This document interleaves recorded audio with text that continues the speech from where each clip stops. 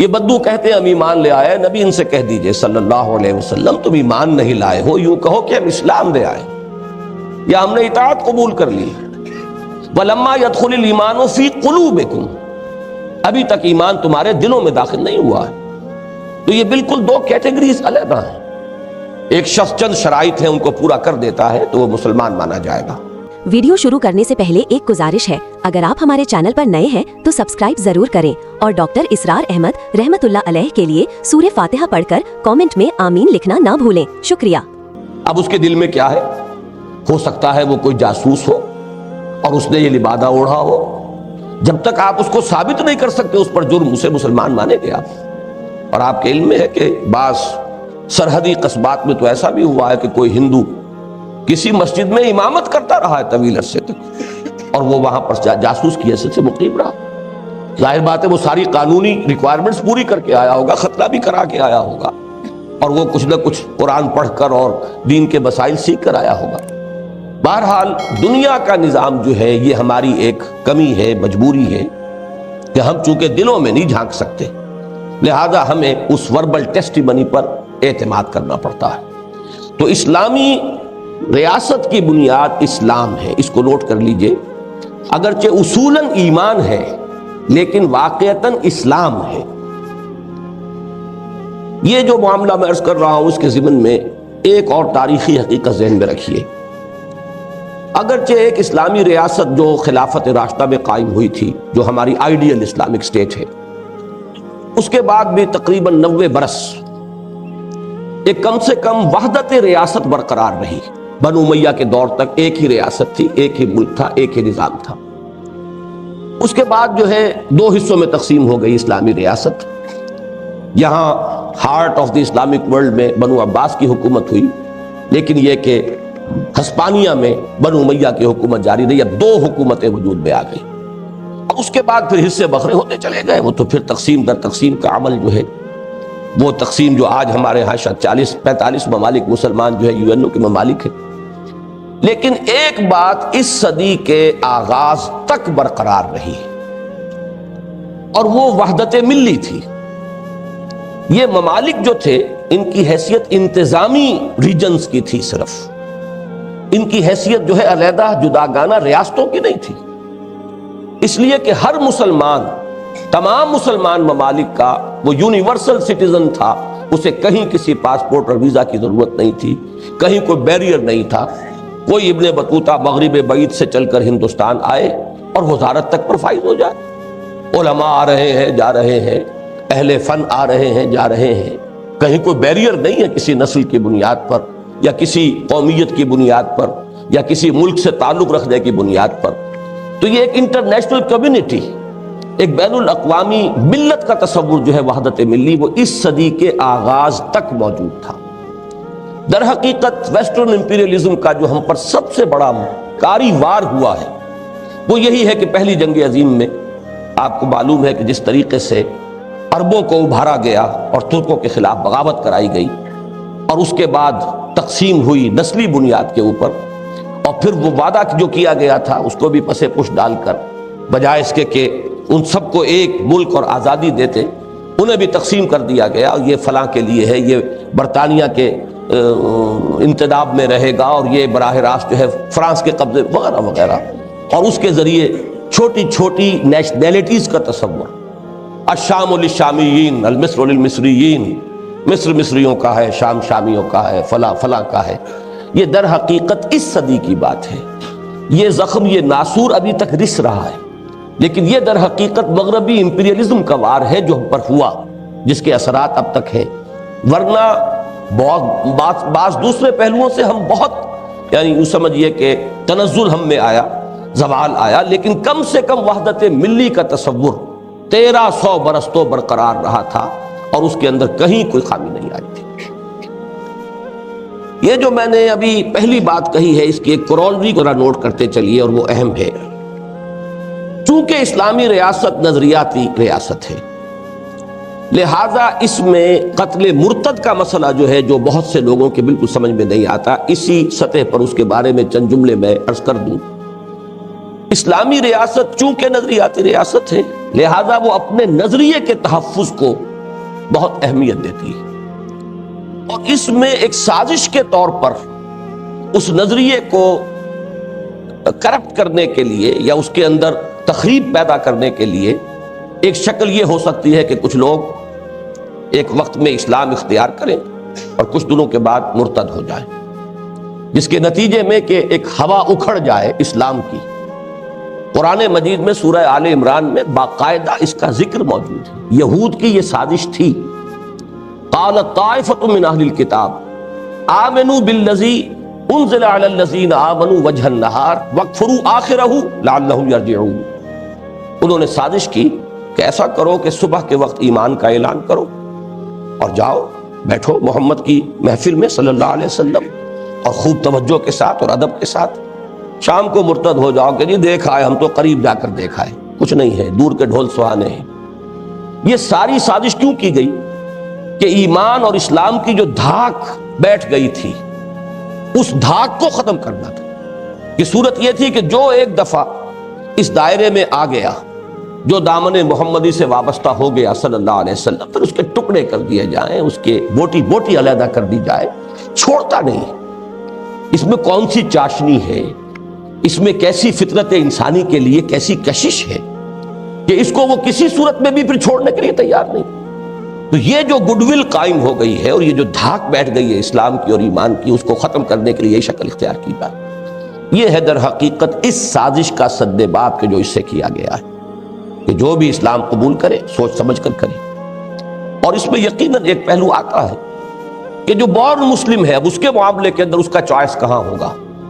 اس کے چوائس میں یہ بات تو موجود رہے گی کہ چونکہ اسلامی ریاست میں اس کی بنیاد ہے ایمان اور اسلام، اب اگر وہ اسلام کو ترک کرنا چاہتا ہے اس ریاست سے باہر نکل جائے، اس ریاست میں اسے رہنے کی اجازت نہیں ہوگی۔ یہ ایک پریونٹیو اور ڈیفینسو میکینزم ہے اس اسلامی ریاست کی اساس کو بچانے کے لیے، اس کے تحفظ کے لیے۔ بہرحال اس پہلی بات کے بارے میں مجھے اتنا ہی عرض کرنا ہے۔ اب آئیے دوسری بات کی طرف، اور وہ یہ کہ کسی بھی ریاست میں سب سے پہلا مسئلہ یہ ہے کہ یہاں حاکمیت کس کی ہے، حاکمانہ اختیارات کس کے ہاتھ میں، ساورنٹی کس کی ہے۔ اسلامی ریاست میں یہ سمجھتا ہوں کہنے کی ضرورت نہیں، اب آج تو بچہ بچہ یہ جانتا ہے کہ اسلامی ریاست میں حاکمیت مطلقہ صرف اللہ کی۔ علامہ اقبال کا وہ شعر بڑا سادہ سب کے یاد ہوگا، سروری زیبا فقط اس ذات بے ہمتا کو ہے، حکمراں ہے ایک وہی باقی بتانے آزری۔ در حقیقت غیر اللہ کی حاکمیت شرک کی بدترین صورت ہے، اس لیے کہ یہ ایکسکلوسیو رائٹ ہے اللہ کا، اس میں کوئی اس کا مد مقابل بن جائے تو وہ کفر بن گیا ہے، وہ مد مقابل بن گیا ہے۔ وہ ایک فرد ہو یا ایک قوم ہو یا پوری نوع انسانیت ہو، اس سے کوئی فرق واقع نہیں ہوتا۔ اس کے لیے میں نے جو چند آیات شروع میں پڑھی تھی وہ میں صرف ریفرنس کے لیے دہرا رہا ہوں۔ سورہ یوسف میں فرمایا گیا ان الحکم الا للہ، یہ تو جامع ترین تعبیر ہے، حکم کا اختیار مطلق، حاکمیت مطلقہ کسی کے لیے نہیں ہے سوائے اللہ۔ ذرا آگے چل کر سورہ بنی اسرائیل کی آخری آیت ہے، بہت جامع ہے، توحید کی مختلف کرولریز کو جس طرح اس آیت نے جمع کیا ہے 5 کرولریز کو۔ وَقُلِ الْحَمْدُ لِلَّهِ الَّذِي لَمْ يَتَّخِذْ وَلَدًا وَلَمْ يَكُنْ لَهُ شَرِيكٌ فِي الْمُلْكِ، ملک میں، حکومت میں، بادشاہی میں اس کا کوئی شریک نہیں۔ اگلی سورت ہے سورہ کہف، اس میں اس کو ایک اور انداز میں کہا گیا وَلَا يُشْرِكُ فِي حُكْمِهِ أَحَدًا، اللہ تعالیٰ اپنے حکم کے اختیار میں کسی کو شریک کرنے کے لیے تیار نہیں۔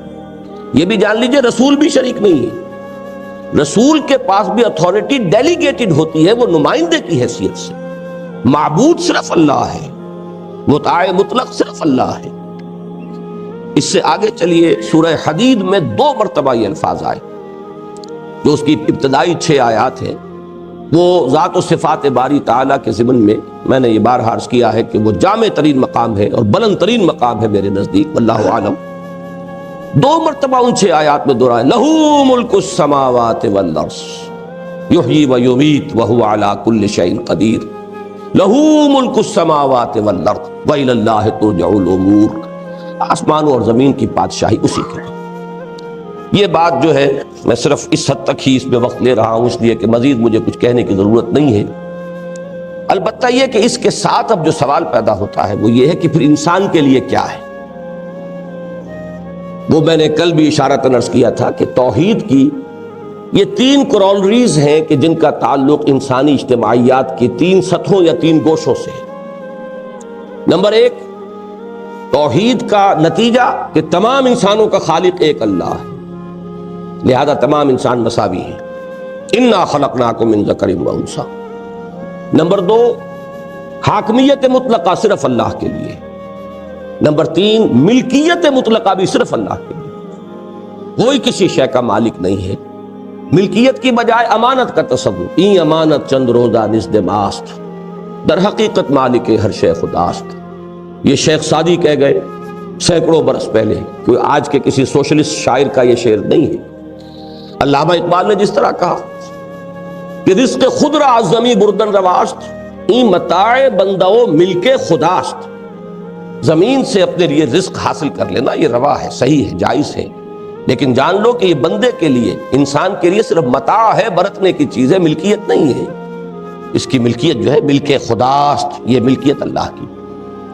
اسی طرح جیسے کہ معاشی میدان میں اللہ کے لیے ملکیت مطلقہ کے بعد انسان کے لیے امانت ہے، ایسے ہی سیاسی میدان میں توحید کا تقاضا یہ ہے کہ حاکمیت مطلقہ اللہ کے لیے اور انسان کے لیے خلافت ہے، وائس ریجنسی یا وائس جرنسی، جو بھی آپ اس کے لیے لفظ تعبیر کریں، وہ وائس جرنٹ ہے اللہ کا۔ انی جاعل فی الارض خلیفہ، اور یہ جہاں واحد کی شکل میں آیا ہے وہاں یہ جمع کے صیغے میں بھی آیا ہے، نوع انسانی کو خطاب کر کے، وَهُوَ الَّذِي جَعَلَكُمْ خَلَائِفَ الْأَرْضِ وَرَفَعَ بَعْضَكُمْ فَوْقَ بَعْضٍ دَرَجَاتٍ لِيَبْلُوَكُمْ فِي مَا آتَاكُمْ إِنَّ اللَّهَ لَسَرِيعُ الْعِقَابِ وَإِنَّهُ لَغَفُورٌ رَحِيمٌ۔ یہ سورہ انعام کی آخری آیت ہے۔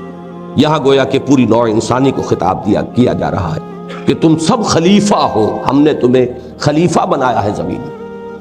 آدم کی تخلیق کے وقت ظاہر بات ہے کہ اس وقت ایک ہی کا لفظ آنا چاہیے تھا، انی جاعل فی الارض خلیفہ، لیکن اب یہ پوری نوع انسانی کو خطاب کر کے کہا گیا ہے، وَهُوَ الَّذِي جَعَلَكُمْ خَلَائِفَ الْأَرْضِ۔ یہ خلافت جو ہے بالکل سیدھی سی بات ہے کہ جیسے امین جو ہے اس کے پاس جو امانت ہے اس میں تصرف کرتا ہے اصل مالک کے مرضی کے مطابق، اسی طرح خلیفہ اس کے پاس جو اتھارٹی ہے ڈیلیگیٹڈ ہے، اصل حاکم کی دی ہوئی اتھارٹی ہے، اور اس کو وہ اسی کی حدود اور قیود کے اندر استعمال کرنے کا پابند ہے۔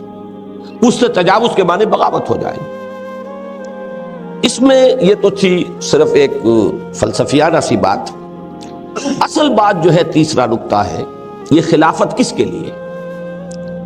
آیا فرد کے لیے ہے، عوام کے لیے ہے، کسی قوم کے لیے ہے، کس کے لیے؟ میرے نزدیک ذرا اس بات کو آپ حضرات نوٹ فرما لیں، اس کا تعلق دین سے نہیں ہے، اس کا تعلق ہے اس سے کہ سوشل ایولیوشن کے پروسیس میں کوئی قوم یا کوئی کمیونٹی یا کسی ملک کے رہنے والے کس لیول پر ہیں۔ مثلا جب تک دنیا میں ابھی صرف قبائلی نظام تھا، اس سے آگے ہماری گاڑی نہیں چلی تھی، تو شیخ قبیلہ وہ سربراہ ہے۔ شیخ قبیلہ اگر خود اللہ کے احکام کا پابند ہو اور اللہ ہی کے احکام کو نافذ کرے تو خلافت کا حق اور خلافت کا تقاضا ادا ہو گیا۔ اس لیے کہ اس سے آگے کوئی پاپولر وائسجرنسی کا کانسیپٹ اس وقت بہت قبل از وقت ہوتا، اس لیے کہ ابھی نوع انسانی جو ہے وہ اپنے خود ارتقاء میں اس مقام تک نہیں پہنچی کہ عوامی خلافت کا کوئی تصور اس وقت دیا جا سکتا۔ ابھی تو وہ زیادہ سے زیادہ ایک ٹرائبل سسٹم تک بات پہنچی ہے۔ اسی طرح اس سے آگے جب انسانیت کا قافلہ بڑھا ہے، اس کا عمرانی ارتقاء، تو وہاں اب بادشاہت کا ایک تصور آیا، اور بادشاہت کے تصور میں چونکہ اس وقت کی ذہنی سطح اس سے آگے نہیں گئی تھی، لہذا خلافت کا حق اس سے ادا ہو جائے گا کہ بادشاہ ہی اللہ کا خود بھی احکام کا فرما بردار ہو اور اللہ ہی کے احکام کی تنفیذ کر رہا ہو۔ گویا کہ وہ پھر ملوکیت مطلقہ نہیں رہی، بلکہ ملوکیت کی شکل میں وہ خلافت ہے۔ اب میں یہاں آپ کو تقابل کے لیے عرض کر دوں کہ دو بادشاہ ہیں سلیمان اور داؤد علیہ السلام، اور دو بادشاہ ہیں فرعون اور نمرود، ان کا تقابل کیا ہے؟ فرعون اس کا مدعی تھا کہ اختیار میرے ہاتھ میں اور اختیار مطلق ہے، میں نہیں جانتا کہ کوئی اور بھی مجھ سے بالا تر کوئی اتھارٹی ہے، میں تسلیم کرنے کو تیار نہیں ہوں۔ اس کا ایک بڑا عجیب قول نقل ہوا ہے قرآن مجید میں، الیس لی ملک مصر، کیا یہ مصر کی حکومت میری نہیں ہے؟ وہذہ الانہار تجری من تحتی، اور یہ سارا اریگیشن سسٹم جو ہے یہ سب میرے کنٹرول میں ہے، میں جس کو چاہوں پانی دوں، جس کو چاہوں نہ دوں، یہ میرا اختیار مطلق ہے۔ یہ موسیٰ مجھے پتہ نہیں کیا کس الہ کی دعوت دے رہا ہے اور کس کے سامنے سر جھکانے کی دعوت دے رہا ہے، میں ہوں بادشاہ مطلق۔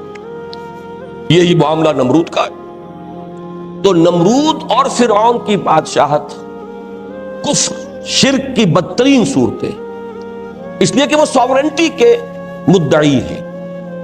یہی تسلسل چلا ہے ملوکیت میں، ڈیوائن رائٹس آف کنگز، یہ تو بڑی ریسنٹ بات ہے کہ چلی آ رہی تھی، اسی کے اثرات جو ہے موجود رہے ہیں۔ ڈیوائن رائٹس آف کنگز، بادشاہوں کے تو خدائی اختیارات ہیں، خدائی حقوق ہیں۔ یہ ہے بدترین شرک اور بدترین کفر۔ لیکن داؤد، یا داؤد انا جعلناک خلیفۃ فی الارض، یہاں اب داؤد اپنی ذاتی حیثیت میں خلیفہ ہے۔ اے داؤد، ہم نے تمہیں زمین میں خلیفہ بنایا، اس لیے کہ داؤد خود اللہ کے احکام کے مطیع فرمان اور اللہ ہی کے احکام کو نافذ کرنے والے۔ تو چاہے انہیں کہا جائے، ویسے قرآن مجید میں بھی لفظ ملوک آیا ہے۔ حضرت موسیٰ علیہ السلام نے جب اپنی قوم کو جنگ کے لیے آمادہ کیا تھا اور چاہا تھا کہ اب وہ آگے بڑھیں اور جانیں ہتھیلی پر رکھ کر میدان میں آئیں، تو وہاں جو الفاظ آئے ہیں سورہ مائدہ کی آیت نمبر 20 میں، وَجَعَلَكُمْ مُلُوكًا، اللہ تعالیٰ تو تمہارے بارے میں طے کر چکا ہے تمہیں بادشاہیاں دے گا، ذرا ہمت تو کرو، کم ہمتی مت دکھاؤ۔ لیکن یہ جان لیجئے کہ یہاں جو ایک بادشاہ جو خود وہ حاکمیت مطلقہ کا مدعی نہ ہو، بلکہ وہ خود اللہ کی اطاعت کا اقرار کرتا ہو اور اس پر عمل کرتا ہو اور اللہ ہی کے حکم کو نافذ کرے، تو وہ کہنے کو بادشاہت ہے، حقیقت میں وہ یوں سمجھیے کہ ایک شخصی خلافت ہے۔ اور وہ کیوں ہے؟ اس لیے کہ ابھی نوع انسانی کا اجتماعی شعور اس سے آگے بڑھا ہی نہیں، اس سے آگے گاڑی چلی ہے۔ تو تاریخ انسانی میں پہلی مرتبہ ایک ریپبلک قائم ہوئی، اسلامک ریپبلک، محمد الرسول اللہ صلی اللہ علیہ وسلم کے دست مبارک سے۔ اب یہاں وہ خلافت عامہ ہے، اس لیے کہ اب انسانی شعور یہاں تک پہنچ چکا ہے کہ یہ کوئی ایک فرد واحد جو ہے اسے حق نہیں پہنچتا کہ وہ حاکم بن کر بیٹھ جائے، بادشاہ بن کر بیٹھ جائے۔ لہذا واقعہ یہ ہے کہ اگرچہ خواب تو دیکھ لیا تھا افلاطون نے بھی ریپبلک کا، لیکن وہ تو ایک خواب تھا، بڑا حسین خواب، اس کی کوئی تعبیر عمل کی دنیا میں، واقعات کی دنیا میں موجود نہیں تھی۔ یہ ایک ریپبلک پہلی قائم ہوئی ہے تاریخ انسانی میں محمد الرسول اللہ صلی اللہ علیہ وسلم کے دست مبارک سے۔ اب وہاں کیا ہے؟ اب ایک فرد خلیفہ نہیں ہے بلکہ خلافت عامہ ہے۔ اس کے لیے میں یہاں ذکر کروں گا، مولانا مودودی نے یہ اصطلاح وضع کی تھی اور بہت صحیح ہے، یہ پاپولر وائسجرنسی ہے۔ چونکہ نوع انسانی کا شعور جو گیا ہے، تو جمہوریت ہے در حقیقت پاپولر ساورنٹی۔ پہلے وہ ساورنٹی ایک فرد میں، ایک خاندان میں چل رہی تھی، لیکن اب وہ ساورنٹی جو ہے اس کو پاپولر بنا دیا گیا، عوامی بنا دیا گیا۔ یہ ہے وہ سوشل ایولیوشن کا پروسیس۔ اس کے ساتھ ہی خلافت کا معاملہ جو ہے، جیسے جیسے ایک انسان بچپن سے اوپر جوانی کے طرف چلتا ہے، جسم بڑھتا ہے تو کپڑے بھی بدلتے ہیں اس کے، وہ پرانے کپڑے اس کے جسم پر نہیں آئیں گے، اسے بڑے کپڑے بنانے پڑیں گے۔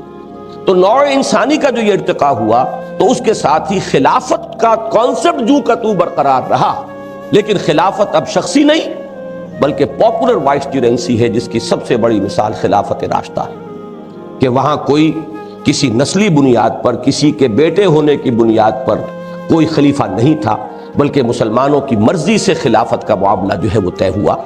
اور جیسے ہی وہ بات بدلی اور ایک خاندانی معاملہ آیا، امت نے طے کر دیا کہ اب خلافت راشدہ کا دور ختم ہوا، اب یہ دوسرا دور ہے جو شروع ہو گیا ہے۔ یہ تو بہرحال سمجھنا غلط ہے کہ بالکل ہی خاتمہ ہو گیا اسلام کا، لیکن یہ کہ کم سے کم یہ ماننا پڑتا ہے کہ ایک سیڑھی سے نیچے اتر آیا ہے ہمارا معاملہ۔ اب وہ جو پاپولر وائسجرنسی کا معاملہ تھا اور لوگوں کی مرضی سے صاحب امر کا انتخاب یا تعین ہونا تھا، وہ بات چلی گئی، تو ہم ایک سیڑھی نیچے آ گئے، زوال سے دو چار ہوئے۔ لیکن یہاں چونکہ ہم اصول کی بات کر رہے ہیں تو یہ سمجھیے کہ خلافت راشدہ یہ ہے در حقیقت خلافت عامہ، اور یہ جو جمہوریت ہے اس کی بنیاد ہے پاپولر سوورنٹی۔ یہ بدترین کفر ہے اور بدترین شرک ہے، لیکن یہ کہ یہ اسلام کے اندر یہ پہلو اب اس ارتقاء کے عمل سے آ جائے گا کہ خلافت شخصی نہیں بلکہ خلافت عوام بن جائے گی۔ اس کو بلکہ علامہ اقبال کے ایک شعر کے حوالے سے میں واضح کروں، ابلیس کی مجلس شورا میں غالباً کسی مشیر نے یہ کہا ہے، ابلیس کے مشیر نے، ہم نے خود شاہی کو پہنایا ہے جمہوری لباس، جب ذرا آدم ہوا ہے خود شناس و خود نگر۔ اب یہ انسان چونکہ اس کے اندر احساس ہو رہا ہے اپنے حقوق کا، اپنے مقام کا، خود شناس ہے، اپنے آپ کو پہچان رہا ہے، خود نگر ہے، اپنے حقوق کی حفاظت کرنا اس کا احساس اس میں پیدا ہو گیا ہے، تو ہم نے یہ کیا ہے، میں اس کو یوں کہا کرتا ہوں کہ ٹنوں گندگی جو ایک انسان کے سر پر رکھی ہوئی تھی، ایک انسانی حاکمیت کا مدعی فرعون بنا بیٹھا ہے، ہم نے اس گندگی کو تقسیم کر دیا ہے، ہم نے خود شاہی کو پہنایا ہے جمہوری لباس۔ اب یہ تولا تولا تمام انسانوں میں تقسیم کر دی، گندگی وہی ہے، یعنی انسانی حاکمیت کا نظریہ، یہی شرک ہے، یہی کفر ہے۔ اصل کیا ہے؟ ڈیوائن سوورنٹی، اور انسان کے لیے خلافت، اور خلافت اسلام میں خلافت راشدہ میں آنے کے بعد خلافت اسلام ہی میں، جبکہ ابھی نوع انسانی عہد طفولیت میں تھی، وہ بادشاہت کی شکل میں خلافت تھی، یعنی حضرت داؤد اور حضرت سلیمان علیہ السلام کی۔ لیکن جب نوع انسانی نے اپنے اس سیاسی ارتقاء کے شعور کے عمل کو یہاں تک پہنچا لیا ہے، تو جب دین کی تکمیل ہوئی ہے، الیوم اکملت لکم دینکم واتممت علیکم نعمتی ورضیت لکم الاسلام دینا، تو وہ تکمیل ہوئی ہے اس شکل میں کہ اب یہ پاپولر وائس جرنسی ہے، یہ عوامی خلافت ہے، کسی شخص واحد کی نہیں۔ چوتھا اصول، جو مختلف اصطلاحات ہمارے ہاں پولیٹیکل سائنس میں عام ہیں اور لوگوں کی زبان پر بھی ہیں، ان میں مختلف، ڈیموکریسی ہر شخص آج واقف ہے، اس لیے کہ اس کی بنیاد ہے پاپولر سوورنٹی پر۔ مونارکی، بادشاہت، ایک فرد کے پاس حاکمانہ اختیارات۔ ایک تیسری اصطلاح ہے کہ جس کی بڑی شدت سے نفی کی قائد اعظم نے بھی، اور جس کی شدت کے ساتھ نفی اور بھی مسلمان مفکرین نے کی ہے۔ اس کی وجہ یہ ہے کہ ایک تصور ہانٹ کرتا ہے انسانی ذہن کو کہ جب بھی سیاست اور ریاست کے معاملے میں مذہب کا ذکر آئے گا تو شاید کوئی پاپائیت کا نظام قائم ہو جائے، تھیوکریسی، جس سے کہ فطرت انسانی ابا کرتی ہے، انسان کا اجتماعی ضمیر اور اجتماعی ذہن اسے قبول کرنے کے لیے تیار نہیں ہے۔ تو قائد اعظم کے وہ جملے بھی کہ اسلام تھیوکریسی نہیں ہے، صحیح ہے، 100% درست ہے، لیکن یہ کہ پھر ذرا بات کو سمجھنے کی کوشش کریں کہ پھر مذہب کا جو اس کے اندر پیوند لگتا ہے وہ کس حوالے سے لگتا ہے۔ یہ اگر تھیوکریسی نہیں اور اصولی اعتبار سے ڈیموکریسی بھی نہیں، اس لیے کہ یہاں پاپولر سوورنٹی نہیں ہے۔ تھیوکریسی کیا ہے کہ ایک مذہبی طبقہ اختیارات کا مالک بن جائے۔ میں یہ سمجھتا ہوں کہ اس کی غالباً کامل مثال تو ایک ہی ہے دنیا میں جو رہی ہے، شاید اور کہیں نہیں ہے، یہ ہے صرف پاپائیت کا نظام، اور اس کا اصل جو سبب بنا اس کو پہچان لیجئے، اس سے بات جو ہے سمجھ میں آ جائے گی۔ یہ چیز اکثر لوگوں کے سامنے نہیں ہے۔ وجہ کیا ہوئی؟ یہ بدترین نظام پاپائیت کا، جس کا تصور کر کے اب بھی مغرب کے لوگ کانپ جاتے ہیں کہ کبھی ایسی بربریت اور ایسی وحشت اور ایسی تاریکی بھی، ڈارک ایجز کہتے ہیں وہ اپنے اس دور کو، یہ ہمارے اس خطہ ارضی کے اندر یہ بھی تھا۔ اس کا سبب یہ بنا کہ حضرت مسیح علیہ السلام یہ کہہ کر گئے تھے صراحتاً، don't think I have come to destroy law, Saint Matthew میں سرمن آف دا ماؤنٹ کے اندر بڑی وضاحت کہ یہ جو قانون ہے، شریعت موسوی، یہ تم پر لاگو رہے گی، اس لیے کہ بائبل میں، نیو ٹیسٹمنٹ میں کوئی شریعت ہے ہی نہیں، کوئی احکام ہے ہی نہیں، وہ اخلاقی تعلیمات ہیں، حکمت پر مبنی ہے۔ قرآن مجید بھی کتاب کا لفظ استعمال کرتا ہے تورات کے لیے اور انجیل کے لیے حکمہ، وزڈم ہے، اس لیے کہ یہودیوں نے قانونیت پر اتنا زور دے دیا تھا کہ جو اصل جو اس کی حکمت تھی وہ ان کے نگاہوں سے اوجھل، باطنی جو روح تھی شریعت کی وہ ان کے ہاں سے بالکل غائب ہو گئی تھی۔ لہٰذا حضرت مسیح علیہ السلام نے سارا زور اخلاق پر دیا ہے، باطنی بصیرت و حکمت پر دیا ہے، اور وہ بات صاف کہہ دی کہ جہاں تک قانون کا تعلق ہے وہی شریعت موسوی تم پر لاگو رہے گی۔ لیکن سینٹ پال نے بیک جنبش قلم شریعت کو ساقط کر دیا، قانون نہیں رہا۔ اب یہ موجودہ کرسچینٹی عجیب ہے کہ اس کے پاس کوئی قانون نہیں، کوئی شریعت نہیں، اس میں کوئی شے حرام نہیں، کوئی چیز واجب نہیں، کوئی فرض نہیں۔ وہ جو میں نے کیٹیگریز گنوائی تھی فرض سے لے کر حرام تک، یہ 8 کیٹیگریز وہاں سرے سے کوئی ہے ہی نہیں۔ یہ خلا جو پیدا ہوا وہ کون پر کرتا اسے؟ اس کو پر کیا پھر مذہبی طبقے نے۔ پوپ کے ہاتھ میں اختیار آ گیا، وہ جس چیز کو بائی ڈیکری، جیسے کہ مارشل لا ایڈمنسٹریٹر جو چاہے آرڈیننس نافذ کر دے، اس کو تو کسی نہ پارلیمنٹ کے سامنے وہ جواب دہ ہے، نہ کسی عدالت عالیہ کے سامنے جواب دہ ہے۔ ایسا ہی اختیار مطلق پوپ کے ہاتھ میں آ گیا کہ وہ جس چیز کو کہہ دے کہ یہ حلال ہے وہ حلال ہے، جس کو چیز کہہ دے حرام ہے یہ حرام ہے۔ اسی کو قرآن مجید نے کہا کہ اتخذوا احبارہم و رہبانہم اربابا من دون اللہ، انہوں نے اپنے راہبوں اور اپنے علماء کو اللہ کے سوا معبود بنا لیا ہے، رب بنا لیا ہے۔ اور بہت ہی عمدہ واقعہ ہے وہ کہ حضرت عدی بن حاتم رضی اللہ تعالی عنہ، حاتم طائی جو مشہور سخی انسان گزرے ہیں، ان کے صاحبزادے عیسائی تھے، یہ ایمان لے آئے۔ اب قرآن مجید کو پڑھتے ہوئے جب اس آیت پر پہنچے تو انہیں اشکال ہوا کہ ہم نے تو کبھی اپنے ان علماء کو، احبار اور رہبان کو خدا تو نہیں مانا۔ تو ڈرتے ڈرتے عرض کیا حضور سے کہ حضور یہ بات کو سمجھ میں نہیں آ رہی، ہم نے تو انہیں خدا نہیں مانا۔ تو آپ نے فرمایا کیا یہ صحیح نہیں ہے کہ جس چیز کو وہ حلال کہہ دیں تم حلال مان لیتے ہو، جس چیز کو وہ حرام کہہ دیں تم حرام مان لیتے ہو؟ اس لیے کہ کوئی ڈیوائن کوڈ تو ہے ہی نہیں۔ ایک تو یہ کہ ڈیوائن کوڈ کی کوئی انٹرپریٹیشن ہو رہی ہے، اس کے حوالے سے کوئی بات کہی جا رہی ہے، اس میں اجتہاد دلیل سے کیا جا رہا ہے۔ یہاں تو سرے سے خلا ہے، کوئی ڈیوائن کوڈ نہیں ہے، کوئی شریعت نہیں ہے۔ تو معلوم یہ ہوا کہ اب کلیتاً تحلیل و تحریم کا اختیار ایک مذہبی طبقے کے ہاتھ میں آ گیا۔ یہ تھی وہ بدترین پاپائیت جس کی جس قدر بھی مذمت کی جائے صحیح ہے، اور اسلام کا اس سے کوئی سروکار نہیں۔ اب اگر اسلام تھیوکریسی نہیں، اگر اسلام ڈیموکریسی نہیں، اسلام کا سیاسی نظام اگر مونارکی نہیں، تو پھر کیا ہے؟ یہاں بھی پھر میں دوبارہ عرض کروں گا کہ مولانا مودودی نے ایک اصطلاح وضع کی تھی اور میں اسے صحیح سمجھتا ہوں، تھیو ڈیموکریسی۔ اس میں 2 ایلیمنٹس جڑے ہیں، تھیو ڈیموکریسی، لیکن یہاں ہے اصل مسئلہ سمجھنے کا کہ یہ کیسے ایک دوسرے کے ساتھ مربوط ہوں گے۔ 2 حاکمیتیں ٹکراتی ہیں۔ ڈیموکریسی کا تقاضا ہے absolute sovereignty of the people, لوگوں کو اختیار ہونا چاہیے، جو چاہے قانون بنائے۔ وہ 2 مردوں کی شادی کے لیے جواز کا قانون بنا دے، اختیار ہے انہیں۔ شراب کو حرام کرنا چاہے حرام کر دے، جیسے کہ پروہیبیشن ایکٹ امریکہ میں ہوا تھا پاس، لیکن جو لوگ اس کو حرام کر سکتے تھے وہی حلال بھی کر سکتے ہیں، جب چاہے اس کو حلال قرار دے دیں۔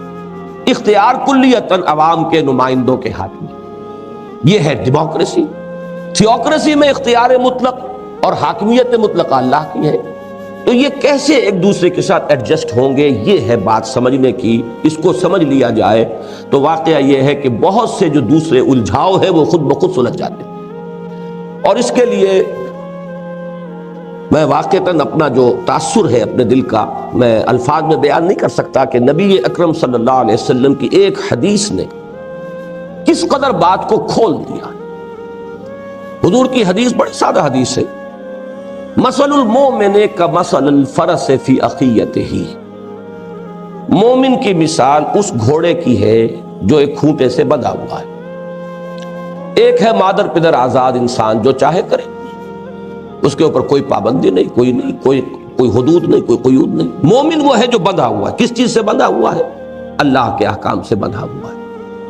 اب اسی مثال کو ذرا آگے میں نے پھیلایا ہے۔ تصور کیجئے کہ ایک گھوڑا ہے اور آپ کے پاس ایک وسیع میدان بھی ہے۔ آپ یہ بھی چاہتے ہیں کہ گھوڑا جو ہے اس کے پاؤں کھلے، چلے چگے پھرے، لیکن یہ بھی چاہتے ہیں کہ بندھا رہے اور کہیں بھاگ نہ جائے۔ تو فرض کیجئے کہ 100 گز کی ایک لمبی رسی، 100 گز لمبی رسی سے آپ ایک کھوٹے سے باندھ دیتے ہیں۔ اس عمل کے ذریعے سے، اس کے نتیجے میں 100 گز ریڈیس کا ایک سرکل وجود میں آ جائے گا جس میں وہ گھوڑا آزاد ہے۔ وہ دائیں طرف جائے، بائیں طرف جائے، شمال میں جائے، جنوب میں جائے، بیٹھ جائے، لوٹ لگائے، کہیں وہ کھوٹے کے ساتھ اپنا ٹیک لگا لے، کہیں 100 گز تک چلا جائے، اسے اختیار ہے۔ یہاں وہ فری ہے، اس میں سارا اختیار اس کے پاس ہے۔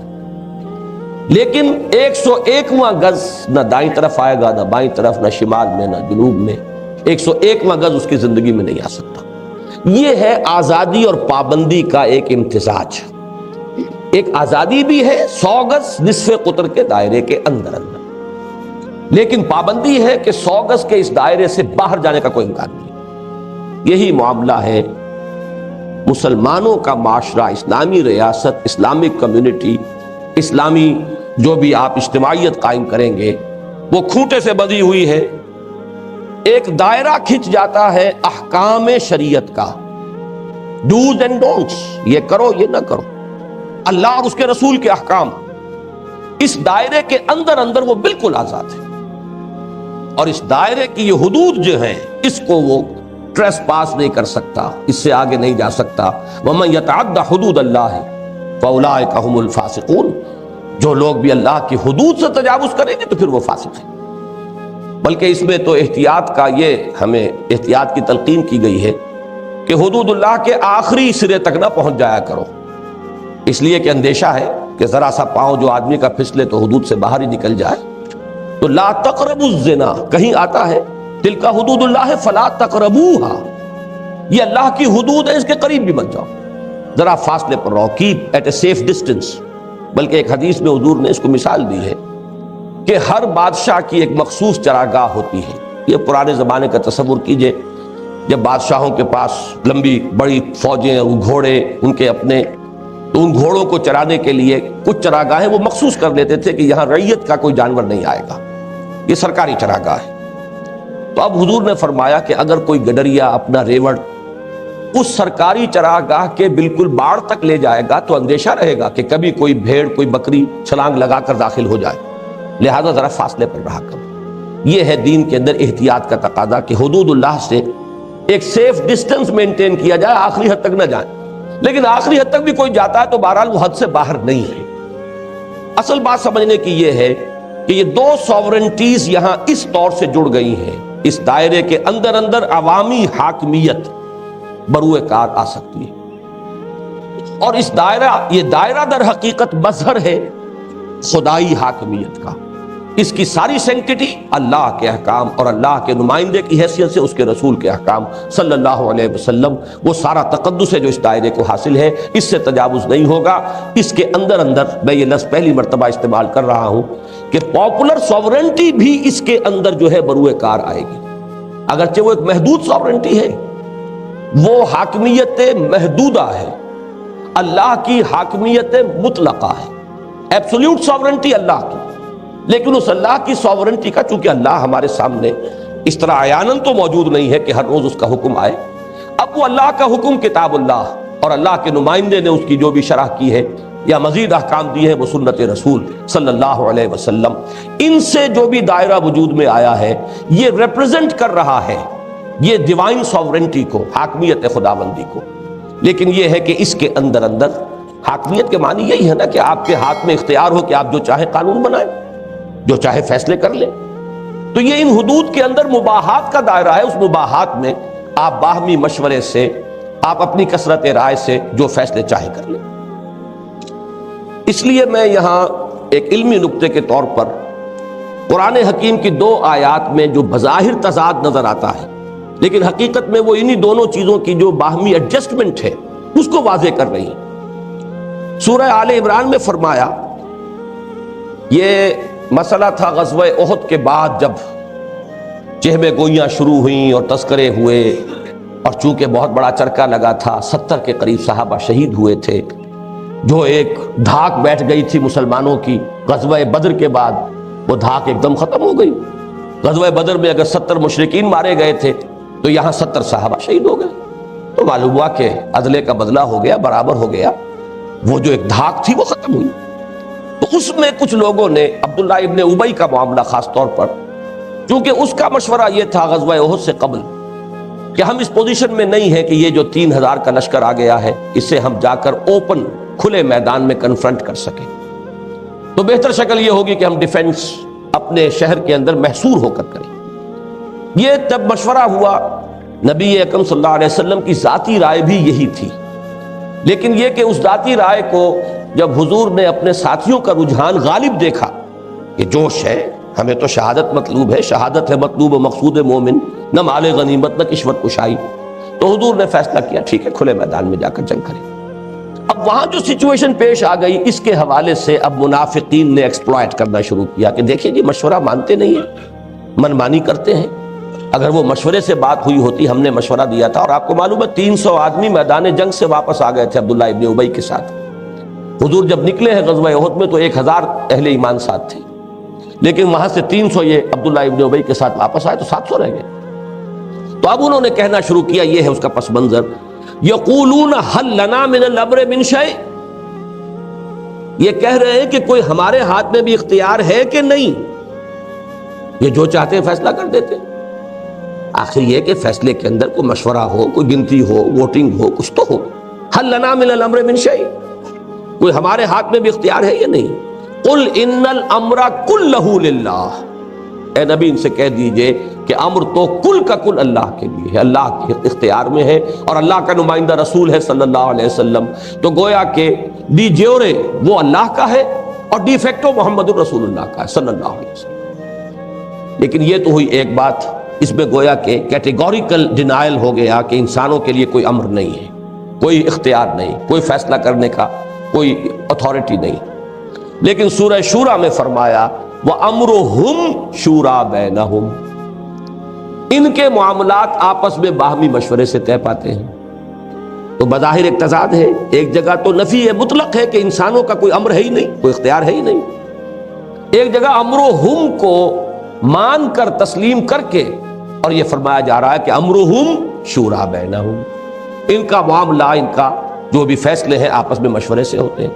تو ان میں بھی تطبیق یہی ہے کہ وہ امر اللہ جو ہے کلہ للہ، وہ تو ہے وہ احکام اللہ کے اور اس کے رسول کے صلی اللہ علیہ وسلم، اس میں کسی کو کوئی اختیار حاصل نہیں. آپ 51% کی بات کرتے ہیں، 100% بھی اس کے اندر کوئی ترمیم نہیں کر سکتے، اس لیے کہ وہ امر کلیتاً اللہ کا ہے، ایکسکلوسیو ہے اللہ کا اختیار. البتہ جہاں حکم ہے ہی نہیں، مباحات کا دائرہ، یہ مباحات کہلاتی جو چیز جائز ہے. پھر جیسا کہ میں اصول عرض کر چکا ہوں کہ جس چیز کی حرمت ثابت نہ ہو وہ حلال ہے، وہ مباح ہے، وہ جائز. یہ مباحات کا دائرہ جو ہے یہ امرہم ہے. اب یہ اللہ نے کسی نسیان کی وجہ سے خالی جگہ نہیں چھوڑی ہے. ایک حدیث میں بھی اس کی وضاحت آئی ہے کہ حضور نے مذمت کی کہ تم خامخواہ زیادہ سوال نہ کیا کرو. اگر اللہ نے کسی معاملے میں اجمال اور ابہام کو پسند کیا ہے تو کسی بھول کی وجہ سے نہیں ہے، وہ اس میں تمہارے لیے گنجائش باقی رکھنا چاہتا. یہ واقعہ بھی سن لیجئے کہ جب حج کی فرضیت ہوئی تو جب حضور نے بیان کیا کہ اب مسلمان پر جو صاحب استطاعت ہے حج بیت اللہ فرض، تو ایک صاحب کھڑے ہو گئے کہ کیا حضور کیا ہر سال فرض ہے؟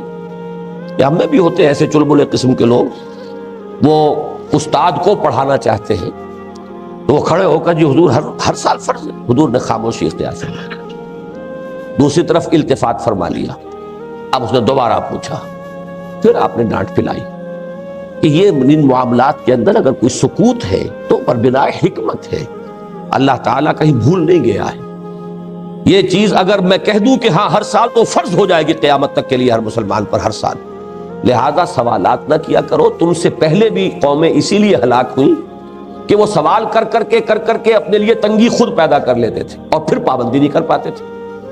تو جہاں کوئی چیز چھوڑی گئی ہے، یہ کہ وما کان ربک نسیا، آپ کا رب کوئی بھولنے والا نہیں ہے معاذ اللہ. جہاں اس نے چھوڑی ہے بات تو وہ امرہم بن گیا، اب یہ لوگوں کے ہاتھ میں ہے. تو اگر سوال کرتے رہو گے، مزید وضاحتیں ہوں گی، صراحتیں ہوں گی، تو اب وہ تمہارا امرہم کا دائرہ سکڑے گا اور تمہارے اوپر وہ شدت جو ہے بڑھتی چلی جائے گی. تو یہ ہے امر اللہ اور امرہم. اسی کو سمجھیے divine sovereignty and popular sovereignty, they are joined together. اور کس طور سے، اس کے لیے بہترین تمثیل ہے یہ حدیث، مثل المومن کمثل الفرس فی اخیتہ، جیسے کہ ایک رسی کے ساتھ بندھا ہوا گھوڑا ہے، جتنی رسی طویل ہے اتنے حصے میں وہ آزاد ہے، اور وہاں سے آگے جانے کا بہرحال اس کے لیے کوئی امکان نہیں. اب آ رہا ہے اصل مسئلہ عملی، یہ چیز عمل میں کیسے آئے. یہ اس دور کا میں سمجھتا ہوں کہ کافی بڑا مشکل مسئلہ ہے. یہ فرض کیجئے ہم طے کر لیتے ہیں، جیسے کہ ہمارے ملک میں سب سے پہلے تو قرارداد مقاصد پاس ہوئی، اس میں ڈیوائن ساورنٹی کو ہم نے تسلیم کر لیا. پاکستان میں جو بھی کچھ شہریوں کے پاس ہے وہ ڈیلیگیٹڈ اتھارٹی ہے، ان کی ذاتی نہیں ہے، اور حاکمیت مطلقہ اللہ کی ہے۔ ایک بات طے ہوئی۔ ایک دوسری دفعہ ہمارے ہاں موجود رہی ہے ہر دستوری خاکے میں۔ پہلے وہ صرف ڈائریکٹو پرنسپلز میں تھی، ضیاء الحق مرحوم نے اسے کچھ تھوڑا سا آپریٹو بنایا، کچھ جکڑ بندیوں کے ساتھ، پابندیوں کے ساتھ، لیمیٹیشنز کے ساتھ، لیکن پہلے بہرحال انہوں نے کسی درجے میں اسے آپریٹو بنایا۔ No legislation will be done repugnant to the Quran and the Sunnah۔ یہاں کوئی قانون سازی قرآن اور سنت کے منافی نہیں کی جا سکے گی۔ یہ بالکل صحیح تعبیر ہے۔ ابھی جو آپ نے آیات سنی سورہ حجرات کی پہلی آیت کی صحیح ترین تعبیر یہی ہے، اور میں نے بارہا یہ کہا ہے کہ مجھے نہیں معلوم کس نے یہ کوائن کیے تھے یہ الفاظ اس دفعہ کے، لیکن میں یہ سمجھتا ہوں کہ بہت ہی وہ شریعت اسلامی کی روح کا جاننے والا شخص تھا جس نے یہ الفاظ معین کیے، اس لیے کہ اس میں یہ نہیں کہا گیا، غور کیجئے، کہ کوئی قانون نہیں بنایا جا سکے گا جس کے لیے کتاب و سنت میں سند نہ ہو۔ اگر یہ بات کہی جاتی تو لیجسلیشن کا دائرہ بہت محدود تھا۔ جب تک آپ کسی نص سے استنباط کر کے آگے نہیں بڑھتے آپ قانون بنا ہی نہیں سکتے۔ بلکہ یہ کہا گیا ہے کہ کوئی قانون سازی کتاب و سنت کی نصوص کی خلاف ورزی کے میں نہیں بنائی جا سکتی، گویا کہ ایک دائرہ بہت وسیع کھل گیا مباحات کے اندر قانون سازی کا۔ عام طور پر اس وقت عوامی سطح پر جو ایک تصور ہے کہ بس جیسے قانون تو آخری شکل میں بنا بنایا اسلامی موجود ہے، بس صرف تنفیذ کا معاملہ ہے، یہ بہت ہی ناسمجھی والی بات ہے۔ یہ جو مباحات کا دائرہ ہے اس میں بہت بڑا فیلڈ ہے لیجسلیشن کا، کہ جو کسی ملک کے اسلامی ریاست کے جو مسلمان عوام ہیں ان کے نمائندوں کے لیے کھلا رکھا گیا، اس لیے کہ یہ امر و ہم ہے، جہاں اللہ اور اس کے رسول کا کوئی حکم نہیں، جہاں آپ اللہ اور اس کے رسول کے کسی واضح حکم کی نفی نہیں کر رہے، وہاں اس قانون سازی کا اختیار آپ کو حاصل ہے۔ اب اسی کو یوں سمجھیے کہ سورہ نساء کی اس آیت کے اندر ایک زیادہ عملی شکل میں لایا گیا۔ یا ایھا الذین آمنوا اطیعوا اللہ واطیعوا الرسول واولی الامر منکم فإن تنازعتم فی شیء فردوہ الی اللہ والرسول ان کنتم تؤمنون باللہ والیوم الآخر۔ اہل ایمان اطاعت کرو اللہ کی اور اطاعت کرو اس کے رسول کی، اور اپنے میں سے صاحب اختیار صاحب امر کی، اور اگر تمہارا کسی معاملے میں جھگڑا ہو جائے تو لوٹا دو اسے اللہ اور اس کے رسول کی طرف۔ ایک بات تو یہی نوٹ کر لیجئے کہ اولو الامر منکم، یہ الفاظ اس بات پر تو دلالت کر رہے ہیں کہ وہ مسلمان ہی ہو سکتے ہیں، غیر مسلم اس دائرے سے خارج ہو گئے۔ اولو الامر منکم ہونا لازم ہے، وہ تمہارے دائرے سے باہر نہیں ہوگا۔ لیکن یہ کہ پورے قرآن میں کہیں آپ کو کوئی صراحت نہیں ملے گی کہ اولو الامر کیسے وجود میں آئیں گے، کیسے طے کیا جائے گا کہ اولو الامر کون ہے، اس لیے کہ اس کا تعلق ہے پھر وہی process of evolution, social evolution سے۔ جس زمانے میں کہ ابھی وہ خالص ٹرائبل سوسائٹی تھی، اس میں کوئی بیلٹ پیپر اور فلاں اور یہ نہ اس کا کوئی امکان تھا نہ فائدہ تھا، ایکسرسائز ان فیوٹیلٹی ہوتی، اس لیے کہ ظاہر بات ہے کہ وہاں تو جو نظام بالفعل موجود ہے، شیخ قبیلہ اس کے تمام قبیلے والے اطاعت کر رہے ہیں، تو اگر قبیلے کے سرداروں کا مشورہ ہو گیا تو بس بات کافی ہے، امرہم شورا بینہم کا تقاضا پورا ہو گیا۔ لیکن معاشرہ آگے چل رہا ہے، آگے بڑھ رہا ہے، ٹرائبل سسٹم ختم ہوا، اب ظاہر بات ہے کہ کوئی اور اس کی جگہ پر آپ کو طریقہ اختیار کرنا پڑے گا۔ اولو الامر منکم کے لیے امرہم شورا بینہم اور اولو الامر منکم، ان دونوں چیزوں کے تقاضوں کو پورا کرنے کے لیے جو بھی نظام آپ بنائیں، ایڈلٹ فرنچائز کا بنائیں، آپ اس کے اندر کوئی اور وہ میں بعد میں عرض کروں گا کچھ شرائط حدود و قیود عائد کریں، لیکن وہ بھی لوگوں کی مرضی سے ہوگا۔ یہ نہیں کہ کوئی شخص اپنے اتھارٹیٹیو انداز کے اندر جو چاہے اس کے اندر رکھتے، اس سے تو پھر نفی ہو جائے گی ڈیموکریسی کی۔ اس لیے کہ ہم کہہ رہے ہیں کہ یہ تھیو ڈیموکریسی ہے، تھیو کا ایلیمنٹ اس میں صرف وہ دائرہ ہے کتاب و سنت کی نصوص اور اس کے احکام جو صریح، باقی یہ اس کے دائرے کے اندر اس میں بہترین ڈیموکریٹک نارمز اور اس کے معیارات کو انکارپوریٹ کرنے کے لیے پوری گنجائش موجود ہے۔ آپ کے ہاتھ میں اختیار ہے، آپ چاہیں پریزیڈنشل سسٹم نافذ کریں، آپ چاہیں پارلیمنٹری سسٹم بنا لیں، آپ چاہیں تو فیڈرل گورنمنٹ بنائیں، آپ چاہیں تو کانفیڈرل نظام بنائیں، یہ تو حالات کا معاملہ ہوتا ہے۔ کوئی کانفیڈریشن جب پاکستان اس پاکستان کے کانٹیکسٹ میں ہم کہتے ہیں تو گالی معلوم ہوتی ہے، لیکن ذرا سوچئے کہ اگر ایسٹ اور ویسٹ کا کانفیڈریشن اب ہو جائے، بنگلہ دیش بھی دوبارہ ایسٹ پاکستان بن کر اور ویسٹ پاکستان کے ساتھ کانفیڈریشن بنا لے تو یہ کتنی خوش آئند بات ہوگی۔ لہٰذا کوئی چیز بھی اس میں سے نہ حرام ہے، نہ لازم ہے، نہ فرض ہے، یہ مباحات کا دائرہ ہے۔ یونٹری فارم آف گورنمنٹ اختیار کریں، فیڈرل فارم آف گورنمنٹ بنائیں، کانفیڈرل بنائیں، اٹس اپ ٹو یو، یہ مباحات کا دائرہ ہے۔ روسی کو تو میں کہہ رہا تھا کہ وہ لوہے کی جوتی پہنائی نہیں گئی ہے، اگر ایک نظام اس وقت بنا دیا جاتا تو پھر تو یہ ارتقاء جو ہے آگے پاؤں کے بڑھنے کا امکان نہیں تھا، اور اس سوشل ایولیوشن کے ثمرات کو آپ اس کے اندر سمو نہیں سکتے تھے۔ لہٰذا اب اس میں ایک بات تو یہ میں نے توجہ دلائی آپ کی کہ امر وَأُولِي الْأَمْرِ مِنْكُمْ پورے قرآن میں کہیں صراحت نہیں ہے، سوائے ایک ڈائریکٹ پرنسپل مل جائے گا امرہم شورا بینہم، تو معلوم ہوا کہ اولو الامر بھی باہمی مشورے سے بننے چاہیے، مشورے کا نظام کوئی نہیں دیا گیا۔ اس اعتبار سے ایک بات جو علامہ اقبال نے کہی تھی اور میں اس کا 100% قائل ہوں اس کو، لیکن یہ کہ ایک بات بیچ میں رہ گئی وہ میں عرض کر دوں کہ سورہ نساء کی اس آیت میں فرمایا اطیعوا اللہ واطیعوا الرسول واولی الامر منکم، یہاں قابل غور بات یہ ہے کہ 3 اطاعتوں کا ذکر ہے، اللہ، رسول اور اولو الامر۔ اس کے 2 طریقے ہو سکتے تھے کہ اطیعوا کو 3 مرتبہ دہرایا جاتا، اطیعوا اللہ واطیعوا الرسول واطیعوا اولی الامر منکم۔ ایک شکل یہ ہو سکتی تھی کہ اطیعوا صرف 1 مرتبہ آتا، جیسے وہ بریکٹ کے باہر کوئی اگر رقم ہے تو وہ بریکٹ کے اندر کی تمام رقوم کے ساتھ ضرب کھا جائے گی، اطیعوا اللہ والرسول واولی الامر منکم، اطاعت کرو اللہ کی اور اس کے رسول کی اور تمام اولو الامر کی جو تم میں سے ہوں۔ لیکن ایک شکل وہ بھی چھوڑی، یہ بھی چھوڑی، اور قرآن مجید کا معاملہ یہ ہے کہ گنجینہ معنی کا طلسم اس کو سمجھیو، جو لفظ کے غالب میرے اشعار میں آوے، یہ جو بھی کچھ آیا ہے حکمت کی بنیاد پر آیا ہے۔ نتیجہ کیا نکلتا ہے کہ اطاعت اللہ کی بھی مطلق ہے اور رسول کی بھی مستقل ہے، اولو الامر کی اطاعت مستقل نہیں ہے، مطلق نہیں ہے، بلکہ اللہ اور اس کے رسول کی اطاعت کے دائرے کے اندر۔ رسول سے آپ نہیں جھگڑ سکتے جو حکم دے وضاحت کے ساتھ، ما آتاکم الرسول فخذوہ وما نہاکم عنہ فانتہوا، جو رسول تمہیں دے لو مضبوطی کے ساتھ، اور جس چیز سے روک دے رک جاؤ۔ اللہ کی اطاعت مستقل ہے، اللہ کے رسول کی اطاعت مستقل ہے، لیکن اولو الامر کی اطاعت مستقل نہیں، بلکہ اللہ اور اس کے رسول کی اطاعت کے تابع ہوگی۔ اسی کو حضور نے فرمایا لا طاعت لمخلوق فی معصیت الخالق، مخلوق میں سے کسی کی اطاعت نہیں کی جا سکتی کسی ایسے معاملے میں جس سے کہ خالق کی معصیت لازم آ رہی۔ والدین کی اطاعت کرو، لیکن اگر وہ معصیت کا حکم دے، اللہ اور اس کے رسول کے حکم کے خلاف حکم دے تو مت اطاعت کرو۔ میں آئلی نظام میں اور معاشرتی نظام میں عرض کر چکا ہوں کہ بہترین جو ایک خاتون کی تعریف قرآن نے کی ہے، فالصالحات قانتات، اپنے شوہروں کی فرما برداری کرنے والی ہیں، لیکن اگر شوہر معصیت کا حکم دیتا ہے لا سمع ولا طاعہ، کوئی اطاعت نہیں، اطاعت ہوگی اللہ اور اس کے رسول کے احکام کے دائرے میں۔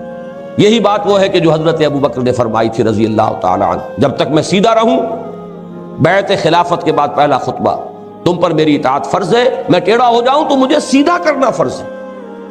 یہ اب سوال پیدا ہوتا ہے جو عملی مسئلہ ہے کہ فرض کیجئے اولو الامر جو آج کے زمانے میں فرض کیجئے پارلیمنٹ ہے، وہ کوئی قانون بنانا چاہتی ہے جس کے بارے میں میرا خیال ہے کہ یہ کتاب و سنت کی کو کنٹروین کر رہا ہے، یا کسی زمانے میں کوئی خلیفہ وہ کوئی حکم دیتا تھا اور کسی شخص کا یہ خیال ہو کہ یہ اللہ اور اس کے رسول کے حکم کی نفی کر رہا ہے، تو ہاؤ ٹو سیٹل، کیسے طے کیا جائے؟ یہ ہے اصل مسئلہ اس دور کا۔ اصولی ہدایت تو یہ کہ ردوہ الی اللہ والرسول، اللہ اور اس کے رسول کی طرف لوٹا دو، لیکن کون لوٹائے، کون فیصلہ کرے؟ اب میں آپ کو یاد دلاتا ہوں کہ جس زمانے میں پاکستان کی وہ پہلی دستور اسمبلی جو ہے اپنا کام کر رہی تھی، کچھ تھوڑی سی دستور سازی کی طرف کچھ پروگریس ہو رہی تھی، تو اب سوال پیدا ہوا کہ یہ جو دستوریہ ہے یا مقننہ ہے، لیجسلیچر ہے، اس کے اوپر کیسے چیک اینڈ بیلنس ہو کہ وہ کتاب و سنت کی کو کہیں کنٹروین نہ کر جائے۔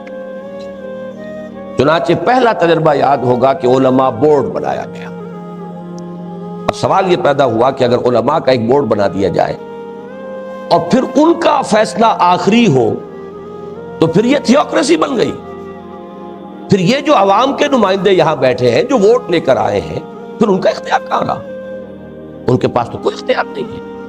فرض کیجئے کہ ان کی اکثریت ایک قانون پاس کرنا چاہ رہی ہے، لیکن یہ کہ علماء بورڈ، تو معلوم تو یہ ہوا کہ پھر تو یہ ایک تھیوکریسی کی شکل بن گئی، ایک مذہبی طبقہ ہے کہ جس کی حکومت ہے اور قانون سازی کا اختیار مطلق اس کے ہاتھ میں چلا گیا. میں کسی مذمت کے لیے اس وقت نہیں کہہ رہا، لیکن یہ کہ بات کی وضاحت کے لیے کہہ رہا ہوں کہ اس کی مثال بالفعل اس وقت ایران میں موجود ہے. پارلیمنٹ بھی ہے، انتخابات بھی ہیں، لیکن اوپر ٹاپ پر آیت اللہ خمینی صاحب تشریف فرما ہے، یا یہ کہ ان کے بعد جانشینی کے لیے کوئی ایک بورڈ ہے علماء کا جو تجویز کیا جا رہا ہے. فائنل اتھارٹی تو ان کے ہاتھ میں ہے. تو معلوم یہ ہوا کہ اگر یہ شکل اختیار کی جائے، ان کے تصورات ہیں امامت کے، اور نائب امام کی اب شکل اختیار، حیثیت اختیار کی ہے خمینی صاحب نے، لہذا یہ تو ان کی جو تھیولوجی ہے اور ان کا جو نقطہ نظر ہے اس کے اعتبار سے تو کمپیٹیبل ہو جاتا ہے کسی نہ کسی شکل میں. لیکن اہل سنت کا تصور تو تصور خلافت ہے، اور خلافت بھی پاپولر خلافت، پاپولر وائسریگنسی. اس کے ساتھ یہ تصور کسی بھی درجے میں کوئی مناسبت نہیں رکھتا. کوئی علماء بورڈ کہ وہ فائنل اتھارٹی اس کے ہاتھ میں آ جائے اور وہ فیصلہ کرے کہ یہ چیز مطابق اسلام ہے یا نہیں. اچھا، اس سے آگے بڑھ کر وہ آئیڈیالوجی کونسل بنائی گئی.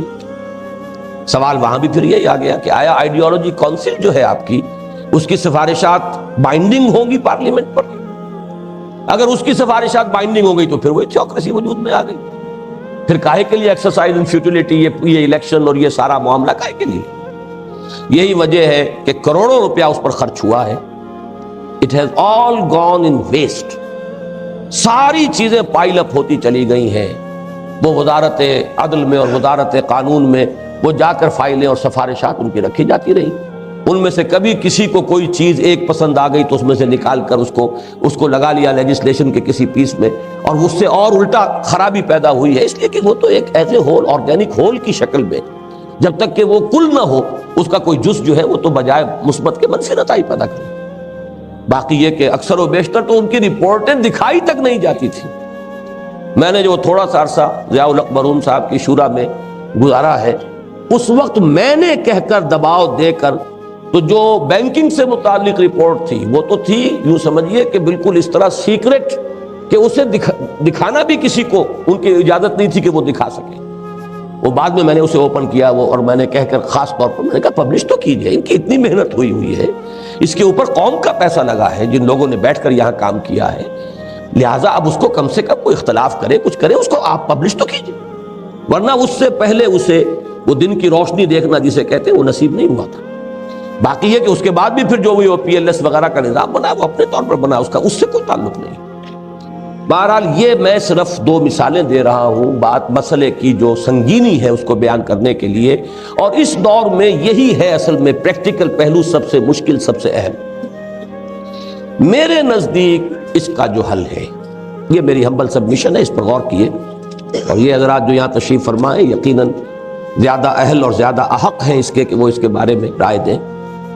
میری رائے یہ ہے کہ یہ اختیار سپیریئر کورٹس کے پاس ہونا چاہیے، اس لیے کہ دنیا بھر میں یہ اس دور میں جو بھی، پھر میں بعد میں وہی لفظ استعمال کر رہا ہوں، سوشل ایولیوشن، اس کے نتیجے میں یہ بات مانی گئی ہے کہ ریاست کے یہ جو تین بڑے بڑے اہم شعبے ہیں، بازو ہیں، ایک طرف ایگزیکٹو ہے، لیجسلیچر ہے، تیسری طرف جوڈیشری ہے. دستور میں معین ہوتا ہے کہ اس ریاست کے کیا اساس ہے، کیا اصول ہیں، کیا قواعد ہیں، اور اس دستور کی کسٹوڈین سپیریئر کورٹس ہیں. اگر جو شہری حقوق دستور گارنٹی کرتا ہے کسی ملک کے عوام کو، ان میں سے کسی حق کے اوپر ایگزیکٹو اگر کوئی چھاپا مارتی ہے، کوئی ڈپٹی کمشنر، کوئی کمشنر، کوئی گورنر، کوئی اس حق کو ساقط کرتا ہے، تو آپ کہاں جاتے ہیں؟ آپ کورٹس جائیں گے اور کنڈا کھٹکھٹائیں گے کہ دستور اس ملک کا یہ بتا رہا ہے کہ یہ میرا حق ہے اور میرے حق پر فلاں جو ہے قدغنیں کی گئی ہیں، چھاپا مارا گیا ہے، تو میری جو شکایت ہے رفع کی جائے. بالکل اسی طریقے سے اگر کسی ملک کے دستور میں یہ معین ہو جائے، یہ اٹس اے بگ اف، آسان کام نہیں ہے یہ، لیکن یہ معین ہو جائے کہ یہ دفعہ جو ہے no legislation will be done repugnant to the Quran and the Sunnah, یہ 100% آپریٹو ہو جائے، نو ایکسیپشن. اور یہ بات اچھی طرح جان لیجئے، ایک ایکسیپشن بھی کر دیا جائے تو پھر وہ اسلامی نہیں رہے گا نظام، وہ منافقانہ نظام بن جائے. افتؤمنون ببعض الکتاب وتکفرون ببعض، کیا تم ہماری کتاب اور شریعت کے ایک حصے کو مانتے اور ایک کو نہیں مانتے؟ فما جزاء من يفعل ذلك منكم الا خزي في الحیاۃ الدنیا ویوم القیامۃ یردون الی اشد العذاب. تو جو کوئی بھی تم میں سے یہ طرز عمل اختیار کرے گا اس کی سزا اس کے سوا اور کچھ نہیں ہے کہ دنیا میں انہیں ذلیل و خوار کر دیا جائے اور قیامت کے دن بدترین عذاب میں، شدید ترین عذاب میں جھونک دیا. تو without any exception, without any reservation, absolutely operative ہو یہ ایک کلاس، تو میرے نزدیک اسلامی دستور کا تقاضا 100% طے ہے. باقی ڈیٹیلز میں عرض کر چکا ہوں، اسلام نے نہیں دی، قرآن نے نہیں دی، سنت نے نہیں دی. ذہن میں ایک بات آیا کرتی ہے لوگوں کے، اور وہ یہ ہے کہ خلافت راشدہ میں تو ایسا تھا، وہاں تو یوں تھا. اس کے بارے میں آپ سے عرض کر دوں، اور میں نے بہت مرتبہ کہا ہے، آج بھی جن لوگوں کے علم میں پہلی مرتبہ بات آئے گی وہ چونک جائیں گے کہ خلافت راشدہ اگرچہ ہمارا آئیڈیل ہے، اصول وہیں سے ہمیں اخذ کرنے ہیں، لیکن اپنی ڈیٹیلز میں وہ نظام دنیا میں دوبارہ کبھی قائم نہیں ہو سکتا، امپاسبل. اور اس کی وجہ کیا ہے؟ وجہ نوٹ کر لیجئے. نمبر 1، وہ ایک ٹرائبل سوسائٹی تھی، تو امرہم شورا بینہم کا تقاضا اسی حد تک پورا کیا گیا جتنا کہ ایک ٹرائبل سوسائٹی میں ضروری تھا. اس سے آگے ہوتا تو وہ ایکسرسائز ان فیوٹیلیٹی ہو، بیکار کی بات ہے. نمبر 2، اس میں ایک گریڈیشن تھی لوگوں کے مابین. وہ گریڈیشن یہ تھی صحابہ کرام کی کہ فلاں فلاں یہ سابقون الاولون میں سے، یہ حضور کے ساتھ تھے بالکل ابتدا سے. فلاں فلاں لوگ جو ہے وہ حضور صلی اللہ علیہ وسلم کے ساتھ اتنے عرصے رہے، یہ بدری ہیں، یہ جو بیعت رضوان ہوئی تھی اس میں شامل تھے. یہ گریڈیشن ہے. یہ ہیں جو فتح کے بعد ایمان لائے ہیں. یہ گریڈیشن تھی جس کے بنا پر وہاں معاملہ چل رہا تھا کہ سابقون الاولون وہ تھے کہ جو اصل نیوکلیس تھے. اس کو یوں سمجھیے کہ وہ ایک ریولوشن کے بعد ایک پوسٹ ریولوشنری نظام تھا جو قائم ہوا. محمد الرسول اللہ صلی اللہ علیہ وسلم والذین معہ رضی اللہ تعالیٰ عنہم اجمعین، انہوں نے ایک زبردست ریولوشنری سٹرگل کے ذریعے سے ایک انقلاب برپا کیا، نظام قائم کیا. اب اس سٹرگل کے دوران معین ہو چکا تھا کہ ہوز ہو، اس کا کیا مقام ہے، کون ہوگا کہ جو مشیر ہے، کون ہے جس سے بات کی جائے گی، کون ہے جو معتمد علیہ ہے. ظاہر بات ہے کہ یہ گریڈیشن آج موجود نہیں ہے. وہاں گریڈیشنز تھیں، بلکہ آپ کے علم میں ہوگا کہ حضرت عمر کے اصرار پر جو وظائف مقرر کیے گئے تھے ان میں بھی گریڈیشن تھی کہ بدریوں کو وظیفہ زیادہ ملے گا، اور پھر جو اصحاب رضوان ہے بیعت رضوان ان کا وظیفہ ان سے کم. اس طریقے سے گریڈیشن تھی. یہ گریڈیشن اب دنیا میں نہیں ہو سکتی. اب تمام مسلمان لیگل لیول پر برابر ہیں. لہذا وہ نظام ایگزیکٹ، اب میں اس کو اگر اپنی ٹیکنیکل ورڈز میں کہوں تو وہ یہ ہے کہ خلافت راشدہ در حقیقت خلافت علی منہاج النبوہ تھی، اور یہ حدیث کے الفاظ ہیں. یہ گویا کہ دور نبوت کا تتمہ ہے، یہ اس کا ضمیمہ ہے. اب نہ نبوت کا کوئی امکان ہے اور نہ اس نہج کی خلافت کا کوئی امکان ہے. لہذا وہاں سے ہمیں صرف اصول لینے ہیں اور ان کو اس دور کی جو بھی ہمارے عمرانی ارتقاء کی سطح ہے اس کے مطابق انہیں استعمال کرنا. تو اس کے بارے میں یہ عرض کر رہا تھا کہ اب پروسیس کیا ہوگا. آپ کی ایک الیکٹڈ پارلیمنٹ ہے، وہ کوئی قانون بنا رہی ہے. فرض کیجئے کہ دستور میں بھی فرض ہی کر سکتا ہوں کہ یہ پرووائڈڈ ہے کہ no legislation can be done repugnant to the Quran and the Sunnah, اور اس میں کوئی ریزرویشن نہیں، کوئی ایکسیپشن نہیں. ہر شہری کو حق حاصل ہوگا کہ عدالت کا کنڈا کھٹکھٹائے کہ جناب دستور میں یہ پرووائڈڈ ہے، اور یہ پیس آف لیجسلیشن جو ابھی بل کی شکل میں آیا ہے جو بھی ہے، میں ثابت کرتا ہوں کہ یہ کتاب و سنت کے منافی ہے. اسے موقع ہوگا وہ جائے، آرگو کرے، بات کرے. فرض کیجئے پاس بھی ہو جاتا ہے تو اس کے بعد بھی سپیریئر کورٹ جو کسٹوڈین ہے اس دستور کی جس میں یہ پرووائڈڈ ہے کہ no legislation can be done repugnant to the Quran and the Sunnah, اس کورٹ کے سامنے ہر ایک کو حق حاصل ہے، علماء جائیں. اب بھی ہمارے ہاں چھوٹی سی ایکسرسائز ہوتی رہی ہے، جو تھوڑا سا کسی درجے کے اندر آپریٹو کیا تھا ضیاء الحق مرحوم نے، تو یہ جو شریعت کورٹس بنی ہے، اور میرے نزدیک کوئی ضرورت نہیں علیحدہ کورٹس کی. جو آپ کی سپیریئر کورٹس ہیں وہی اصل کورٹس ہیں، انہیں آپ اختیار دیجئے، وہ طے کریں گے. اور اگر یہ بات کہی جائے اول تو یہ کہ یہ تو ایک انٹرم پیریڈ کے اندر اشکال ہو سکتا ہے نا، کہ ابھی ہمارے پاس وہ ججز نہیں ہیں کہ جو ایکسپرٹس ہوں اسلامک لا میں.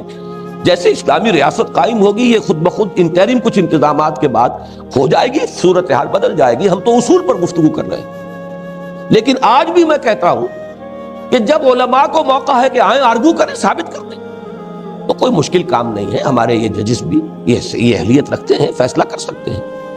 لہذا معاملہ صرف ایک ہی شکل ہے، یہ صورت عملی، جس میں کہ وہ تھیو ڈیموکریسی کا تقاضا صحیح طور پر ادا ہو سکے.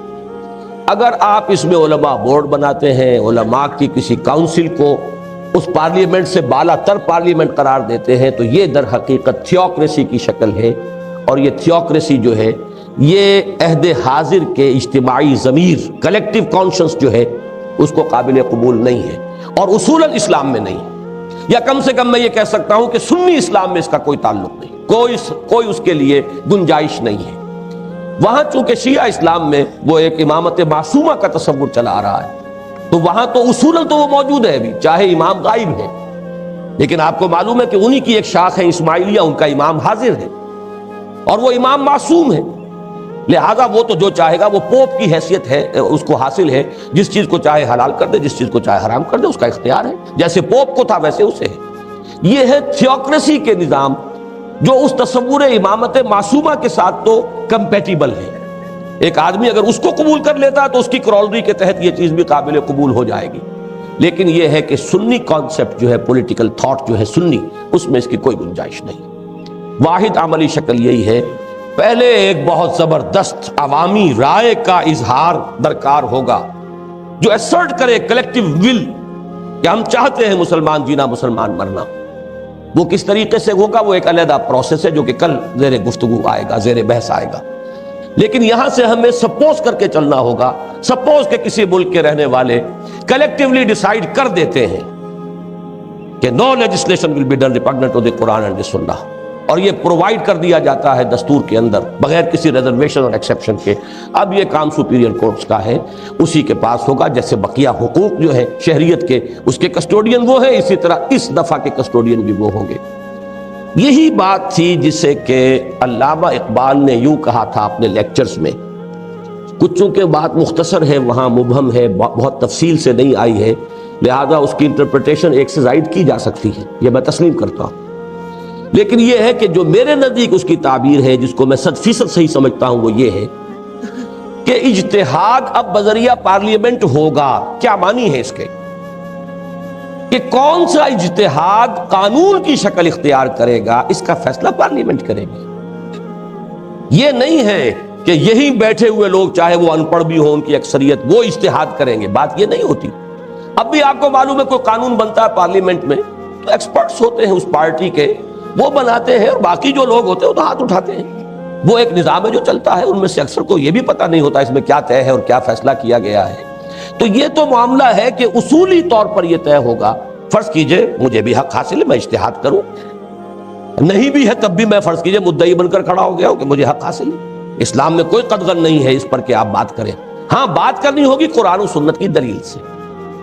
ایک اجتہاد کوئی ہمارے عالم دین فرض کیجئے کسی ایک طبقے کے ہیں، وہ کر رہے ہیں کہ اس مسئلے میں یوں ہونا چاہیے، میں یہ سمجھتا ہوں کہ کتاب و سنت کا تقاضا یہ ہے. ایک اجتہاد کوئی اور کر رہے ہیں، ایک اجتہاد کوئی اور کر رہے ہیں. سوال یہ کہ کس کا اجتہاد انفورس ہوگا، وہ فیصلہ پارلیمنٹ کرے گی. یہ تھیو ڈیموکریسی کا وہ ڈیموکریسی والا ایلیمنٹ ہے کہ جو اس میں انٹروڈیوس کرنا پڑے گا کہ کون سا اجتہاد نافذ ہوگا، اس کا فیصلہ پارلیمنٹ کی اکثریت کرے گی. یہ ہے مفہوم اس کا کہ اس دور میں اب اجتہاد نظریہ پارلیمنٹ ہوگا. یہ نہیں ہے کہ اصل میں اجتہاد وہ لوگ کریں گے. اس کنفیوژن کو ختم کر دیجئے. میں نے اس کو حال ہی میں ایک تحریر میں واضح بھی کیا ہے کہ دیکھیے، مثال کے طور پر خلافت بنو عباس کا دور ہے. ایگزیکٹو اتھارٹی ایک شخص کے ہاتھ میں ہے، خلیفہ کے ہاتھ میں. وہ کہتا ہے امام ابو حنیفہ سے کہ آپ کو میں اختیار دیتا ہوں، آپ کو قاضی القضات بناتا ہوں، آپ کے فیصلے ہی قانون بن جائیں گے۔ اب امام ابو حنیفہ کے پاس انفورسنگ اتھارٹی نہیں ہے، اتھارٹی خلیفہ بنی عباس کے پاس ہے، لیکن اسے پسند ہے امام ابو حنیفہ، یا فرض کیجئے انہیں پسند آ گئے ہیں امام مالک، انہوں نے کہا کہ جی آپ کی کتاب جو ہے موطا امام مالک، میں اس کو قانون کا درجہ دیتا ہوں۔ دونوں نے انکار کر دیا، قطعاً ہم اس کے لیے تیار نہیں، اس لیے کہ اس کے معنی یہ ہے کہ ہمارے اجتہادات نافذ ہو جائیں گے لوگوں کے اوپر، جبکہ ہم تو اوپن رکھنا چاہتے ہیں۔ یہ اصل میں فقہ اسلامی کی وہ فارمیٹو سٹیج تھی، ابھی وہ تشکیل پا رہا تھا، اس میں کسی ایک فرد کے اجتہادات کو اس طریقے سے اگر لاگو کر دیا جاتا تو وہ آزادی خیال اور آزادی فکر اور آزادی رائے وہ سارے کے سارے ختم ہو جاتے۔ لہذا جو بھی اور دوسرے بھی پولیٹیکل کچھ مسائل تھے اور اسباب تھے، لیکن یہ کہ جو اصولی بات ہے انہوں نے اس کو قبول نہیں کیا۔ اس سے آگے چل کر معاملہ ہوا مثلاً ہندوستان میں اورنگزیب کے زمانے میں، ایگزیکٹو اتھارٹی کس کے ہاتھ میں ہے؟ مونارک ہے، وہ بادشاہ ہے، اورنگزیب کے پاس ہے۔ وہ اپنے پسندیدہ علماء، فرض کیجئے کہ وہ اہل حدیث مسلک کا ہوتا تو اہل حدیثوں کو جمع کرتا، اگر وہ حنفی تھا تو حنفیوں کو اس نے جمع کر لیا، شافعی ہوتا تو شوافی علماء کو جمع کرتا۔ ایک اس نے باڈی بنا دی کہ آپ قانون بنا دیں، آپ مرتب کر دیں، وہ فتاوی عالمگیری مرتب ہو گئے۔ نافذ کرنے کی قوت تو ان علماء کے پاس نہیں تھی، غریبوں کے پاس جنہوں نے مرتب کیے ہیں، وہ تنفیذ کی قوت تو اصل میں شہنشاہ اورنگزیب کے ہاتھ میں، اس نے نافذ کر دی۔ بالکل اسی طرح سمجھیے کہ اب جب تھیو ڈیموکریسی کا کانسیپٹ ہوگا تو تنفیذ کی جو طاقت ہے وہ پارلیمنٹ کے ہاتھ میں، اور کون سا اجتہاد ہے کہ جو اس وقت ہمارے ملک کی مسائل اور اپنے حالات کے مطابق زیادہ مناسب ہے، اس کا فیصلہ پارلیمنٹ کرے گی۔ اس کے بعد بھی عام لوگوں کو یہ حق حاصل ہے کہ وہ عدالت میں جائیں اگر وہ سمجھتے ہیں کہ یہ اجتہاد جو ہے یہ اپنے حدود سے تجاوز کر گیا ہے، یہ کتاب و سنت کو کنٹروین کر رہا ہے۔ You can go and knock the door of the court۔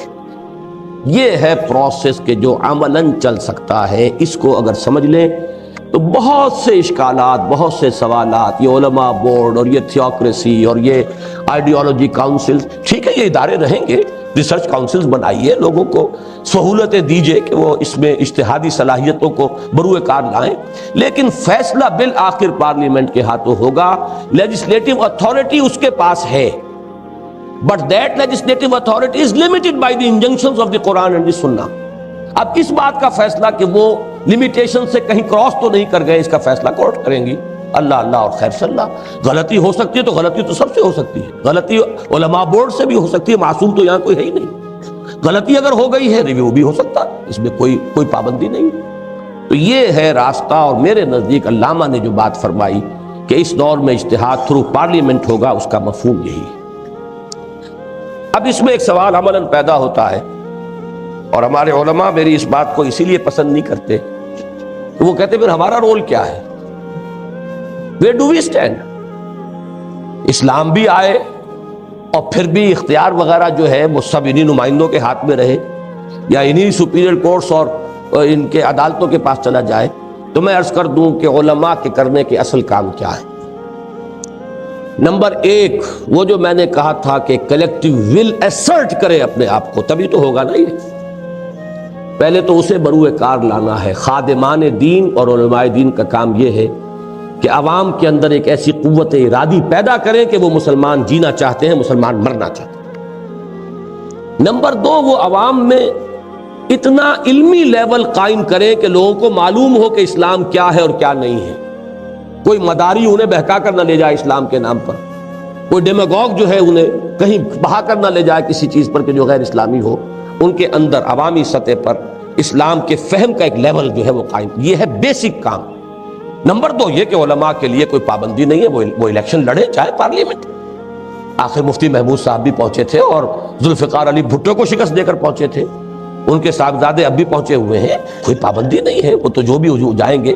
لیکن وہاں ان کی حیثیت عالم دین کی نہیں ہوگی، وہاں ان کی حیثیت ایک ووٹ لے کر ایک ممبر آف پارلیمنٹ کی ہوگی۔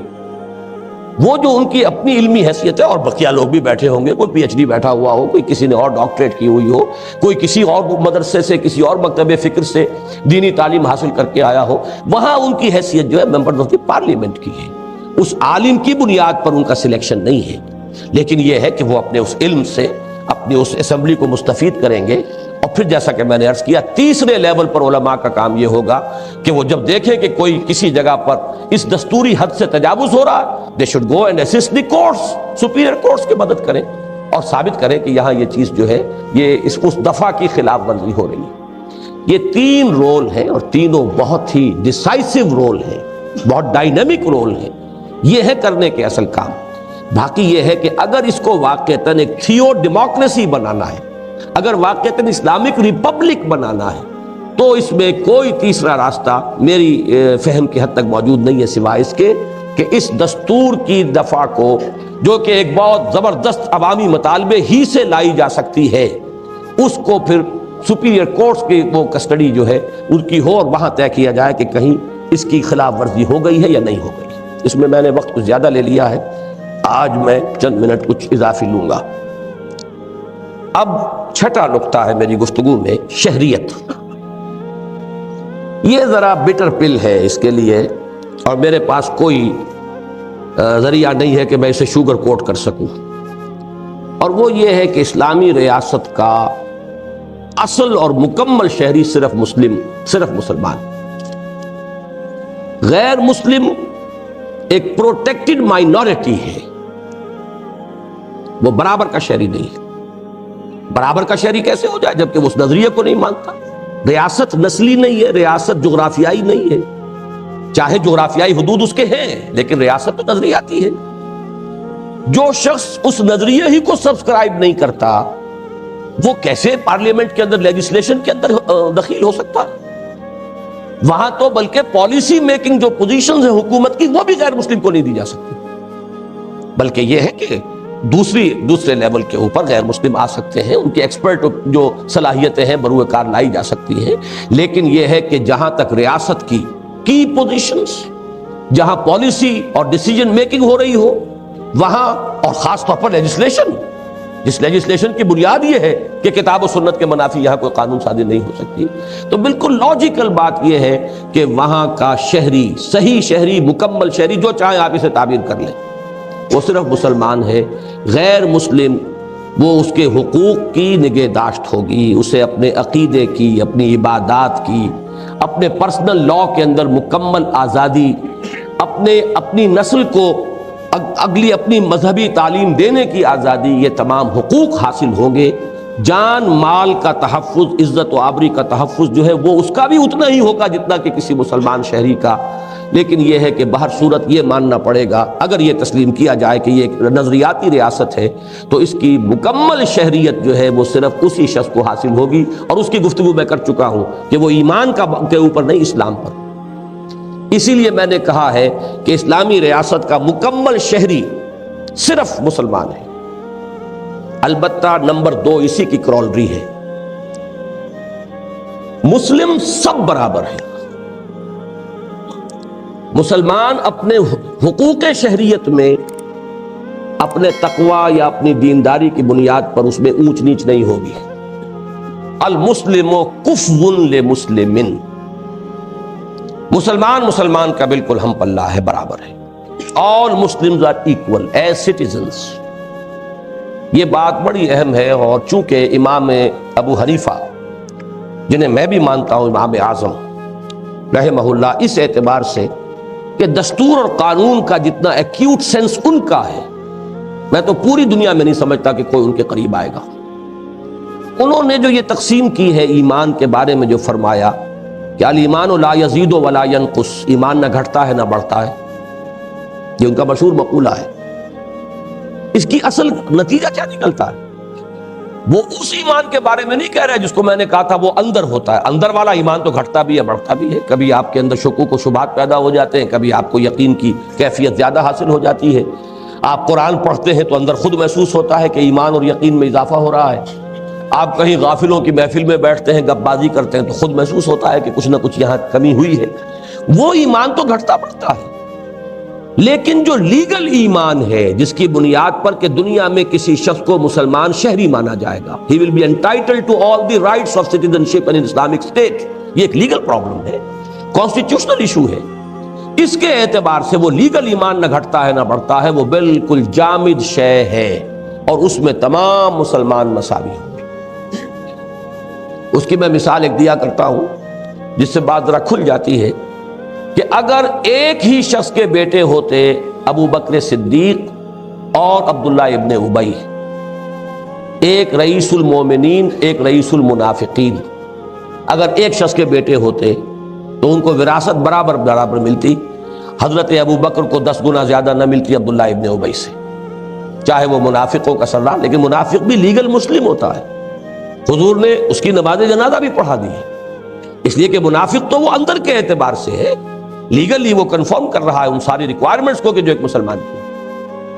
تو جب تک کہ کوئی شخص لیگل مسلم تسلیم کیا جائے گا اس کے تمام حقوق برقرار رہیں گے. باقی تقوی ان اکرمکم عند اللہ اتقاکم، وہ معاملہ عند اللہ ہے، عند اللہ درجہ بندی ہوگی کہ یہ کتنا اونچا اور یہ کتنا نیچا، لیکن سب کے سب قانون اور دستور کی سطح پر بالکل مساوی ہوں گے. ہاں اگر کسی شخص کی تکفیر ہو جائے، یہاں اس جو تصور تکفیر ہے اس کو سمجھ لیجئے.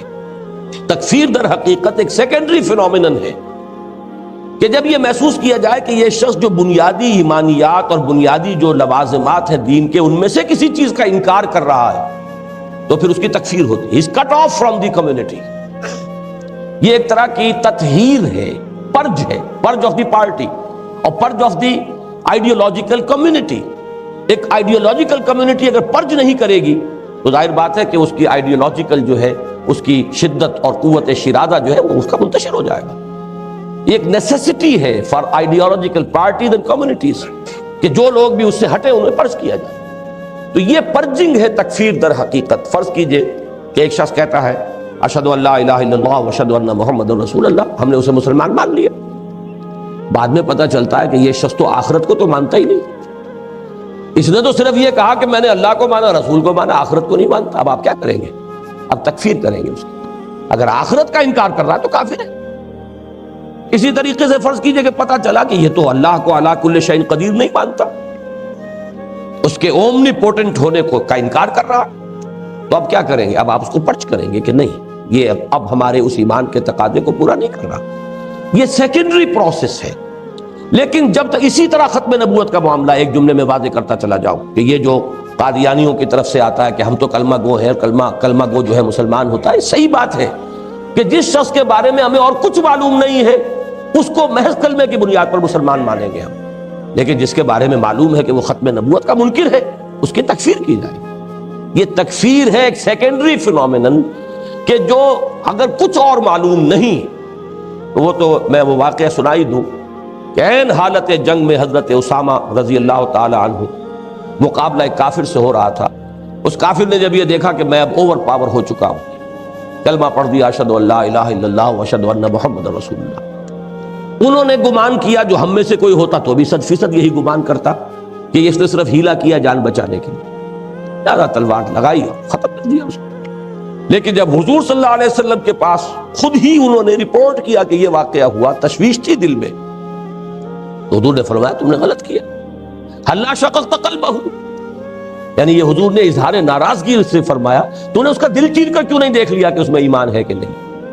مطلب یہ کہ تم تو اس پر مکلف نہیں ہو. اور فرمایا کہ اے اسامہ قیامت کے دن کیا جواب دو گے جب وہ کلمہ تمہارے خلاف استغاثہ لے کر آئے گا کہ اشہد ان لا الہ الا اللہ واشہد ان محمد رسول اللہ کے ہوتے ہوئے تلوار چل گئی.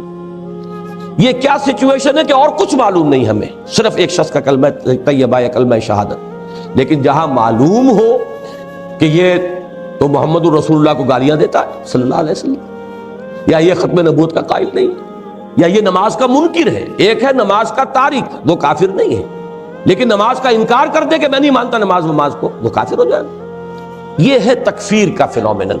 تو جان لیجئے کہ اس میں ہماری فزیولوجی میں ایک لا مشہور ہے، آل اور نن لا. کوئی شے ہوگی تو پوری ہوگی، 100% ہوگی، نہیں ہوگی تو 0 ہو جائے گی ایک دم، اس میں پرسنٹیج نہیں آتی. یہ سٹیزن شپ جو ہے اسلامی ریاست کی، یہ اسلام کے ساتھ ہے، اور یہ اسلام آل اور نن ہے. یا تو ایک مسلمان ہے تو آل دی رائٹس آف سٹیزن شپ یہ اس کو حاصل ہے، اگر وہ کافر ہو گیا تو وہ 0 ہو گئے. مسلمان کی حیثیت سے جو حقوق تھے، درمیان میں کوئی گریڈیشن نہیں ہے. یہ ہے مفہوم امام ابو حنیفہ کے اس قول کا کہ الایمان لا یزید ولا ینقص، یہ گھٹتا بڑھتا نہیں. اس اعتبار سے 2 باتیں میں نے عرض کی ہیں. اسلامی ریاست کا مکمل شہری صرف مسلمان ہے. اب آپ جو چاہیں کہیں، غیر مسلم ایک پروٹیکٹڈ مائنورٹی ہوگی، سیکنڈ ریٹ سٹیزن ہوگا، جو چاہیں کہیں، اس سے مجھے بحث نہیں ہے. جو عمدہ سے عمدہ اور موسٹ پیلیٹیبل لفظ اس کے لیے وضع کیا جائے کر لیجئے، لیکن یہ کہ اصول ماننا پڑے گا کہ یہ نظریاتی ریاست ہے تو اس کی مکمل شہریت اسی کو حاصل ہوگی جو اس نظریے کو مانتا ہو، قبول کرتا ہو، ٹیسٹیفائی کرتا ہو. نمبر 2 یہ کہ وہ جو ہے وہ برابر ہے اپنے دستوری اور حقوق شہریت کے اندر مسائل. البتہ اس میں تیسرا سوال پیدا ہوتا ہے، اور یہ سوال اصل میں جب اسی موضوع پر میں نے کراچی میں گفتگو کی تھی تو مدیر تکبیر صلاح الدین صاحب نے اس پر کچھ گفتگو کی اور وہاں کچھ بدمزگی بھی پیدا ہو گئی، تو میں چاہتا ہوں کہ اس مسئلے کو یہاں واضح کر دوں. ایڈیشنل شرائط عائد کی جا سکتی ہیں. مثلا جیسے جب ایڈلٹ فرنچائز ہے اس میں بھی آپ طے کرتے ہیں نا کہ 18 برس کا ہوگا تو اسے ووٹ کا حق ہوگا، یا 20 برس کا ہوگا تو ووٹ کا حق ہوگا، یا 21 برس کا ہوگا تب ووٹ کا حق ہوگا. تو یہ تو آپ طے کرتے ہیں، یہ کہیں کتاب و سنت میں لکھا ہوا نہیں ہے. اسی طریقے سے فرض کیجئے کسی ملک کے شہری اپنی کانسٹیٹیوئنٹ اسمبلی کے ذریعے سے یہ طے کر لیتے ہیں کہ ہمارے ہاں ووٹ کا حق صرف اس کو حاصل ہوگا جو کم سے کم پرائمری پڑھا ہوا ہو، کم سے کم وہ یعنی جو بھی اپنی ریجنل لینگویج ہے اس میں ہی لکھنا پڑھنا جانتا ہو، یا اس سے آگے جا کر کوئی اور بھی آپ عائد کرنا چاہیں. اور یہاں الیکشن میں صرف وہی کھڑا ہو سکے گا جس کے اندر یہ اوصاف ہو.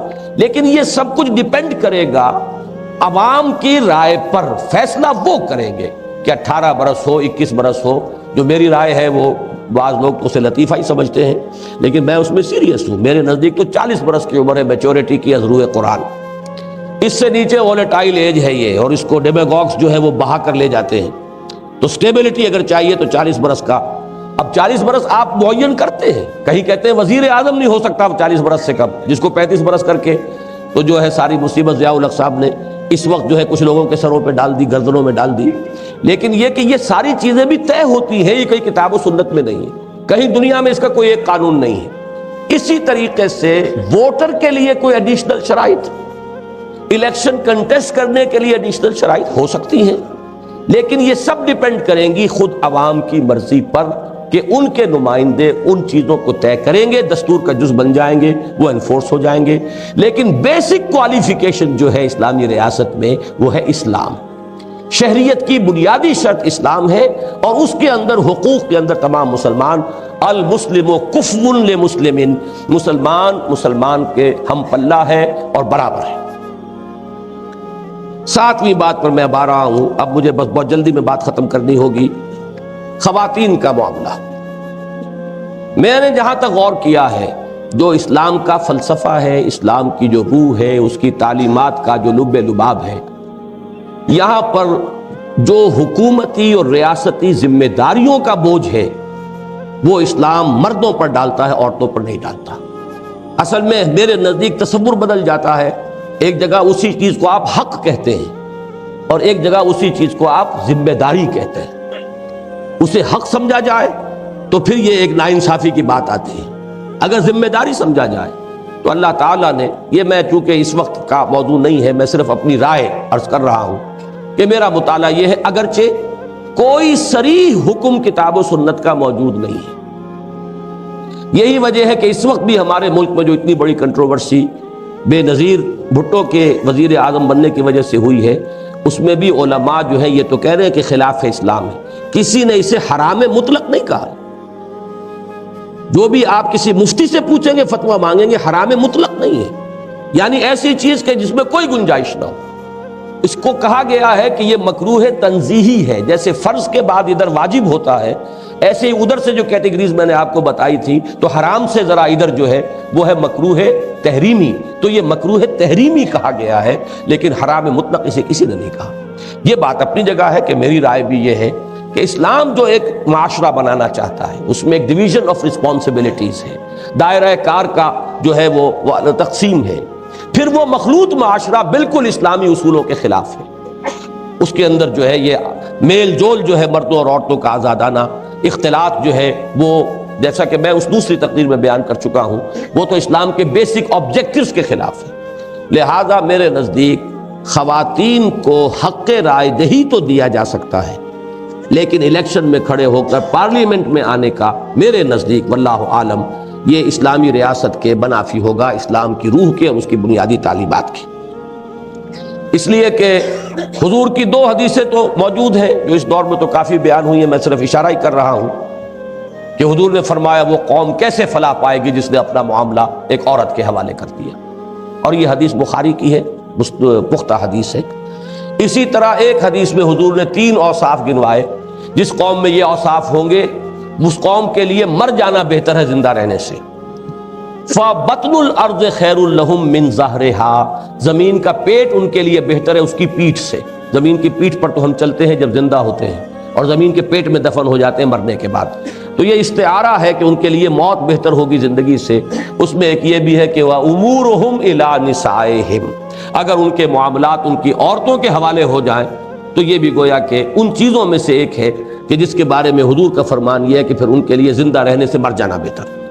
تو یہ 2 چیزیں ایک ڈائریکٹیو پرنسپلز کی حیثیت سے تو موجود ہیں، اگرچہ کوئی کیٹیگوریکل جو ہے کوئی حکم نص قطعی کے درجے میں نہ قرآن میں ہے نہ سنت میں موجود ہے۔ اسی لیے میں نے جو رائے ہے اپنی آپ کے سامنے رکھ دی ہے۔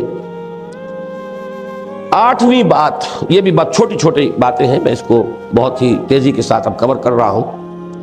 ایک اس دور میں جو بہت بڑا کنفیوژن پیدا کیا گیا ہے وہ یہ کہ آیا پولیٹیکل پارٹیز اسلام میں جائز ہیں یا نہیں۔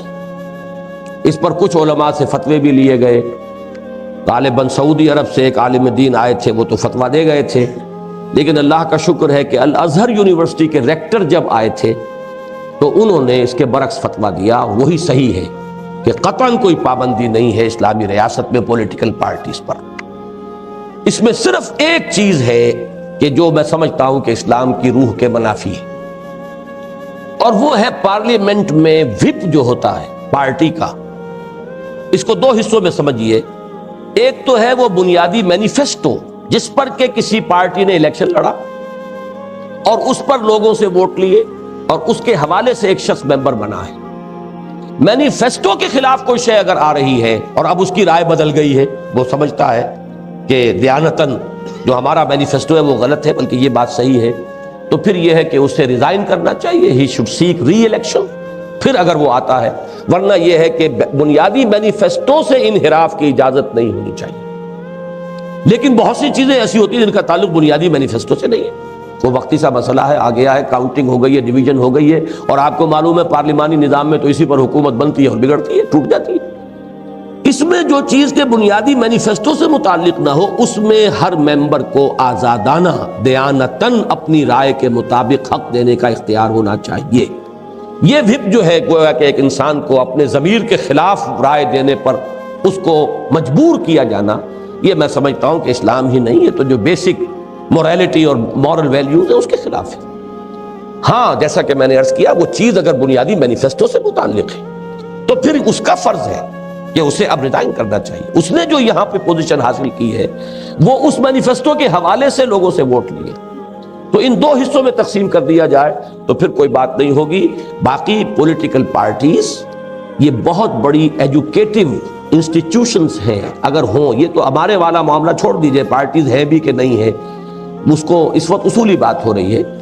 تو جیسے میں نے عرض کیا تھا وکلاء کے بارے میں سوال آیا تھا کہ وکلاء کا انسٹیٹیوشن، ان کو تو اصل میں اسسٹ کرنا ہوتا ہے کورٹ کو، ان کی حیثیت وہی ہے جو مفتیان کرام کی ہوتی تھی ہمارے نظام میں، کہ ایک قاضی ہوتے تھے، ایک مفتی ہوتے تھے۔ قاضی فیصلہ کر رہا ہے اور مفتی جو ایکسپرٹ اوپینین دیتا ہے کہ اس صورت مسئلہ میں شریعت کا حکم میرے نزدیک یہ ہے، تو یہ معاملات ٹو اسسٹ دی کورٹ، اس میں کوئی حرج نہیں ہے۔ باقی یہ کہ اب اس کا نظام کیا ہے، اس بنیادی طور پر یہ کہ وہ فریقین جو ہیں جو مقدمے کے وہ انہیں ہائر کرتے ہیں، اور پھر یہ کہ ہر حال میں انہیں جو ہے چاہے وہ اپنے ضمیر کے مطابق رائے دے رہے ہیں یا کیا کر رہے ہیں، تو یہ تو ایڈیشنل خرابیاں ہیں جو ہر پروفیشن میں آ گئی، جس کو نوبلسٹ پروفیشن کہا جاتا ہے میڈیکل پروفیشن، اس میں نہ معلوم کتنی گندگیاں آ گئی ہیں، وہ علیحدہ بات ہے۔ اسی طریقے سے پولیٹیکل پارٹیز کا انسٹیٹیوشن بڑی قیمتی شے ہے، وہ پبلک کو ایجوکیٹ کرتی ہے۔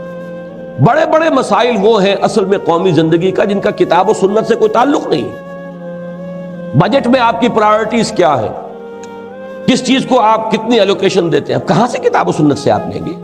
یہ ساری چیزیں وہ ہیں جو پارلیمنٹ نے بیٹھ کے طے کرنا ہے۔ ہر پارٹی اپنی پرائرٹیز دیتی ہے، وہ پالیسیز دیتی ہے، ہم اس چیز کو پروموٹ کریں گے، ہم اس چیز کے اوپر زیادہ خرچ کریں گے، ہماری فورن پالیسی یہ ہوگی، ہم اس اصول کے اوپر چلیں گے۔ اور ظاہر بات ہے کسی پارٹی کے مینیفیسٹو میں کوئی شے خلاف اسلام ہے تو پھر کورٹ میں جا کر جو ہے کنڈا کھٹکھٹایا جا سکتا ہے کہ اسلامی اس ریاست کے اندر یہ پارٹی اس مینیفیسٹو کے ساتھ الیکشن نہیں لڑ سکتی، اس لیے کہ یہاں یہ طے ہے کہ یہاں اسلام کے اصول کے خلاف جو ہے کتاب و سنت کی نصوص کے خلاف کوئی قانون سازی نہیں کی جا سکتی۔ لیکن اس کے اندر جو ہے پولیٹیکل پارٹی بہت بڑا ایجوکیٹو انسٹیٹیوشن ہے عوام کے لیے کہ انہیں اپنے مسائل کے بارے میں ایجوکیٹ کرے کہ یہ مسئلے ہیں، یہ حل ہے، اس طریقے سے ہماری ترجیحات ہونی چاہیے۔ تو پولیٹیکل پارٹیز میں قطعاً کوئی قباحت نہیں، اگرچہ میں یہ مانتا ہوں کہ خلافت راشدہ میں کوئی پولیٹیکل پارٹی نہیں تھی۔ بعض لوگوں نے خامخواہ تکلف کیا، بنو امیہ ایک پولیٹیکل پارٹی تھے، بنو ہاشم، یہ پولیٹیکل پارٹیز نہیں تھی، یہ قبیلے تھے، وہاں کوئی وجود نہیں تھا۔ لیکن یہ کہ میں پہلے عرض کر چکا ہوں کہ ایگزیکٹ ریپلیکا خلافت راشدہ کا وہ اب اپلیکیبل نہیں ہوگا، اس لیے کہ وہ ایک ٹرائبل سوسائٹی تھی اور یہ سوسائٹی جو ہے بیسیکلی اب چینج ہو چکی ہے۔ ایک نواں نقطہ ہے فرقوں کا مسئلہ کیا بنے گا۔ اس میں نے پچھلے دنوں ایک گفتگو میں عرض کیا تھا کہ ایک سیمی سیکولر نظام ہمیں اختیار کرنا پڑے گا، اور میں نے یہ 20 اگست 1980 کو اسی موضوع پر تقریر کی تھی، علماء کنونشن جو پہلا ہوا تھا ضیاء الحق صاحب نے کیا تھا۔ اس وقت تک بہرحال انہیں مجھ سے حسن ظن تھا، مجھے ان سے حسن ظن تھا، تو میں بھی وہاں تھا، میں بھی حاضر تھا وہاں، ضبط سخن کر نہ سکا۔ تو اس میں نے جو تقریر کی تھی اس کا لب لباب یہ ہے کہ دیکھیے سیکولر نظام اصل میں اسے کہتے ہیں، وہ لا مذہبی نظام نہیں ہوتا، کل مذہبی نظام ہے سیکولر، لا دینی کل مذہبی، یہ دو لفظ جوڑ دیں تو صحیح طریقے سے تعبیر ہوگی۔ یعنی لا آف دی لینڈ میں کسی مذہب سے کوئی سروکار نہیں، وہ تو بروٹ میجورٹی جو بھی ہے عوام کی اپنے نمائندوں کے ذریعے سے وہ فیصلہ کرے گی۔ البتہ پرسنل لاز میں ان کو کھلی اجازت، تم مندر میں جاؤ پوجو جس کو پوجنا ہے، اور تم جاؤ مسجد میں اور اللہ سے لو لگاؤ، اور تم جاؤ سینیگوگ میں جس طرح چاہو کرو۔ اس میں صرف جو گڑبڑ آتی ہے وہ فیملی لاز میں آتی ہے، جو کہ ہندوستان میں بھی ہوئی اور بڑے بڑے پیمانے پر مسلمانوں نے وہاں کھڑے ہو کر منوایا اس بات کو کہ ہمارے فیملی لاز کو ہمارے پرسنل ہی معاملات کے اندر شمار کیا جائے گا، کوئی ایک جو یونیفارم سول کوڈ ہے وہ ہندوستان میں نہیں آئے گا۔ لیکن یہ کہ باقی دنیا میں جو سیکولر نظام چل رہے ہیں ان میں فیملی لاز کو بھی وہ لا آف دی لینڈ میں شامل کرتے ہیں، ورنہ فوجداری اور دیوانی قوانین یہ دو ہیں کہ جو لا آف دی لینڈ کے لازمی اجزاء ہیں۔ یہ جیسا کہ میں نے عرض کیا فیملی لاز یہ بارڈر لائن پر ہیں، چاہے ادھر لے جائیے چاہے ادھر لے جائیے، میرے نزدیک اس کو پرسنل میں ہونا چاہیے۔ تو ہمیں سیکولر نظام جو ہے وہ کسی سطح پر، مرکزی سطح جو ہے لا آف دی لینڈ میں کسی مذہب کو تسلیم نہیں کرتا، پرسنل میں تمام مذاہب کو تسلیم کرتا ہے۔ اسلامی ریاست میں اب کیا ہوگا کہ پرسنل میں تمام فرقوں کو تسلیم کیجئے، نماز جیسے شیعہ پڑھنا چاہیں پڑھیں، مسجد بنائیں، اوقات طے کریں، جو چاہیں کریں، روزہ جس وقت کھولنا چاہتے ہیں کھولیں، جس وقت سحری ختم کرنا چاہتے ہیں ختم کریں، کوئی اعتراض نہیں۔ اسی طرح یہ کہ اگر ان کے ہاں 1000 طلاقیں بھی ایک ہی طلاق شمار ہوتی ہیں اس کے مطابق طے کریں، لیکن یہ کہ شادی کے وقت طے کر دینا چاہیے کہ اس میں یہ شادی جو ہے یہ کس فقہ سے گورن ہوگی، اس وقت طے ہو جانا چاہیے، ورنہ بیوی حنفی فقہ کی ہو اور وہ جعفری فقہ کے ہو تو چکر پڑ جائے گا کسی ڈائیورس کے کیس میں کہ اب اس کے مطابق فیصلہ ہوگا، اس کے مطابق فیصلہ ہوگا۔ لیکن یہ کہ اصولی بات یہ ہے کہ پرسنل لا میں پوری اجازت، پوری آزادی، لا آف دی لینڈ میں جو اس وقت شکل ہے اس کے اعتبار سے بہترین صورت یہ ہے جس پر پوری گفتگو میں نے بیس کی ہے کہ صرف کتاب و سنت، نہ فقہ حنفی، نہ فقہ مالکی، نہ فقہ شافعی، نہ فقہ جعفری، none of the fiqh، Quran and the Sunnah. اس میں فرق جو پڑتا ہے وہ شیعہ حضرات کے بارے میں پڑتا ہے، ورنہ باقی تمام سنی سیکٹ اس کے اندر آ سکتے ہیں یکجا ہو کر۔ اور اس کی وجہ کیا ہے کہ شیعہ حضرات کی سورسز آف دی سنہ مختلف ہیں ہم سے، ہمارے شافعی ہوں، مالکی ہوں، حنبلی ہوں، حنفی ہوں، وہی صحیح بخاری، وہی صحیح مسلم، وہی جامع ترمذی، وہی سنن ابی داؤد، وہی سورسز ہیں، جس کو حوالہ دینا ہوگا وہیں سے دے گا۔ لیکن چونکہ شیعہ حضرات کی اپنی حدیث کی کتابیں علیحدہ ہیں، لہذا یہ کتاب و سنت کے اوپر بھی جمع ہونا مشکل ہے۔ اس صورت میں پھر یہ ہے کہ آپ یہ طے کر دیجئے کہ یہاں پر جو معاملہ طے ہوگا وہ سنی کانسیپٹ جو ہے اس کے مطابق ہوگا جہاں اکثریت سنیوں کی ہے، اور اگر جیسے ایران میں ہے اکثریت شیعہ حضرات کی ہے تو انہوں نے جو طے کیا صحیح کیا ہے کہ لا آف دی لینڈ وہ تو در حقیقت فقہ جعفری کے تحت طے ہوگا. باقی یہ ہے کہ سنیوں کو مختلف مکاتب فکر جو اور ہیں انہیں مذہبی آزادی حاصل رہے گی، پرسنل لا کے اندر انہیں آزادی ہوگی. یہی پریکٹیکل شکل ہے. اور اس میں اگر کوئی یہ معاملہ طے کر دیا جائے کہ یہاں فقہ حنفی کے مطابق لا آف دی لینڈ ہوگا تب بھی کوئی حرج نہیں ہے کہ عظیم اکثریت یہاں پہ احناف کی ہے. لیکن جو اصل بات بتانی تھی وہ یہ کہ یہ حل ہے کہ ایک طرف یہ لا آف دی لینڈ کو رکھا جائے، اس میں یا کتاب و سنت یا اکثریت کی فقہ معین ہو جائے، باقی جو پرسنل لا ہے اس کی حد تک تمام فقہوں کو بالکل ایکول لیول پر ٹریٹ کیا جائے اور ان کو پوری آزادی حاصل. بس اب آخری بات کر رہا ہوں، اور وہ ہے اس پورے معاشرے اور اسلامی ریاست کے اندر اس کی شیرازہ بندی کے لیے ایک بہت مضبوط بنیاد. اس لیے کہ محض قانون کسی معاشرے کو جمع نہیں کر سکتا، جوڑ نہیں سکتا. قانونی اپنی ضرورت ہے، دستوری اپنی ضرورت ہے. انسان میں جذبات بھی ہیں، انسان میں عواطف ہیں. یہ معاملہ جو ہے اسلامی ریاست اور اسلامی معاشرے کے اندر جذباتی وابستگی محمد الرسول اللہ صلی اللہ علیہ وسلم کے ساتھ در دل مسلم مقام مصطفیٰ است، اور بمصطفیٰ برساں خویش را کے دی ہماوست، اگر بہو نہ رسیدی تمام بولا بیست. حضور کی ذات کو مجروح کرنے والی کوئی شے بھی اگر ہے تو وہ بھی گویا کہ اسلامی ریاست کی بنیادوں کو منہدم کرنے والی شے. اس اعتبار سے میں سمجھتا ہوں کہ بہت ہی صحیح فیصلہ ہوا ہے اس وقت جو انٹرنیشنل کوئی گیدرنگ ہوئی ہے، اور اس میں ان لوگوں نے جو لیگل ایکسپرٹس ہیں مختلف فقہوں کے، انہوں نے یہ طے کیا ہے کہ شاتم رسول مرتد ہوتا ہے.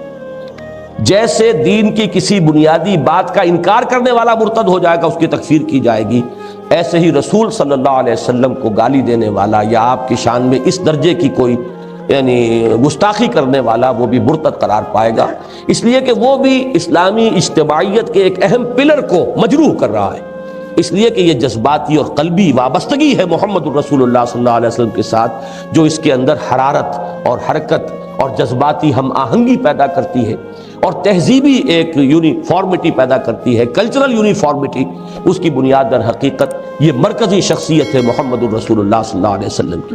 یہی وجہ ہے کہ سورہ حجرات کی جو آیتیں آج آپ نے سنی ہیں، پہلی آیت میں تو وہ کانسٹیٹیوشنل بنیاد آ گئی، یا ایھا الذین آمنوا لا تقدموا بین یدی اللہ ورسولہ، اے اہل ایمان اللہ اور اس کے رسول سے آگے مت بڑھو. یہ تو کانسٹیٹیوشنل ہے، وہ دائرہ ہے جو میں بیان کر چکا، جو ریپرزینٹ کر رہا ہے ڈیوائن ساورنٹی کو.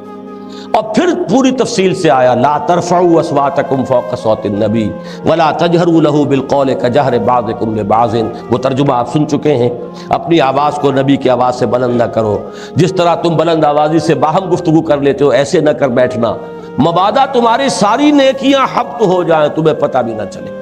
اب یہ جو انداز ہے قرآن مجید کا، یہ خود بتا رہا ہے کہ اسلام کی جو ملی زندگی ہے مسلمانوں کی، اجتماعی شیرازہ بندی، اس کی جہاں ایک وہ دستوری اساس ہے، وہیں یہ ایک مرکز کا کھوٹا جو ہے وہ مرکزی شخصیت ہے محمد الرسول اللہ صلی اللہ علیہ وسلم کی. لہذا یہ ہے وہ بمصطفیٰ برساں خویش را کے دی ہماوست، اگر بہو نہ رسیدی تمام بولا بیست. اسی پر میں اپنی گفتگو ختم کر رہا ہوں. معذرت خواہ ہوں بہت کہ میرا آج جو ہے 3 دن کا ریکارڈ میرا خراب ہو گیا. میں نے مسلسل 3 دن 1.5 گھنٹے میں بات اپنی ختم کی ہے، لیکن آج غالباً میں 20 منٹ زیادہ لے گیا ہوں. معذرت خواہ ہوں خاص طور پر آپ حضرات سے، اس لیے کہ مجھے معلوم ہے کہ لمبی تقریر سننا خاصا مشکل کام ہے. میں بھی کرتا ہوں لمبی تقریریں، لیکن کسی کی لمبی تقریر سن نہیں سکتا، اور میں اس کا صاف اعتراف کرتا ہوں. بہرحال اب یہ اگر آپ کو ہماری ویڈیو اچھی لگی ہو تو ہمارے چینل کو سبسکرائب ضرور کریں. ڈاکٹر اسرار احمد رحمت اللہ علیہ کی وفات کے لیے سورہ فاتحہ پڑھ کر کامنٹ میں آمین لکھیں. شکریہ.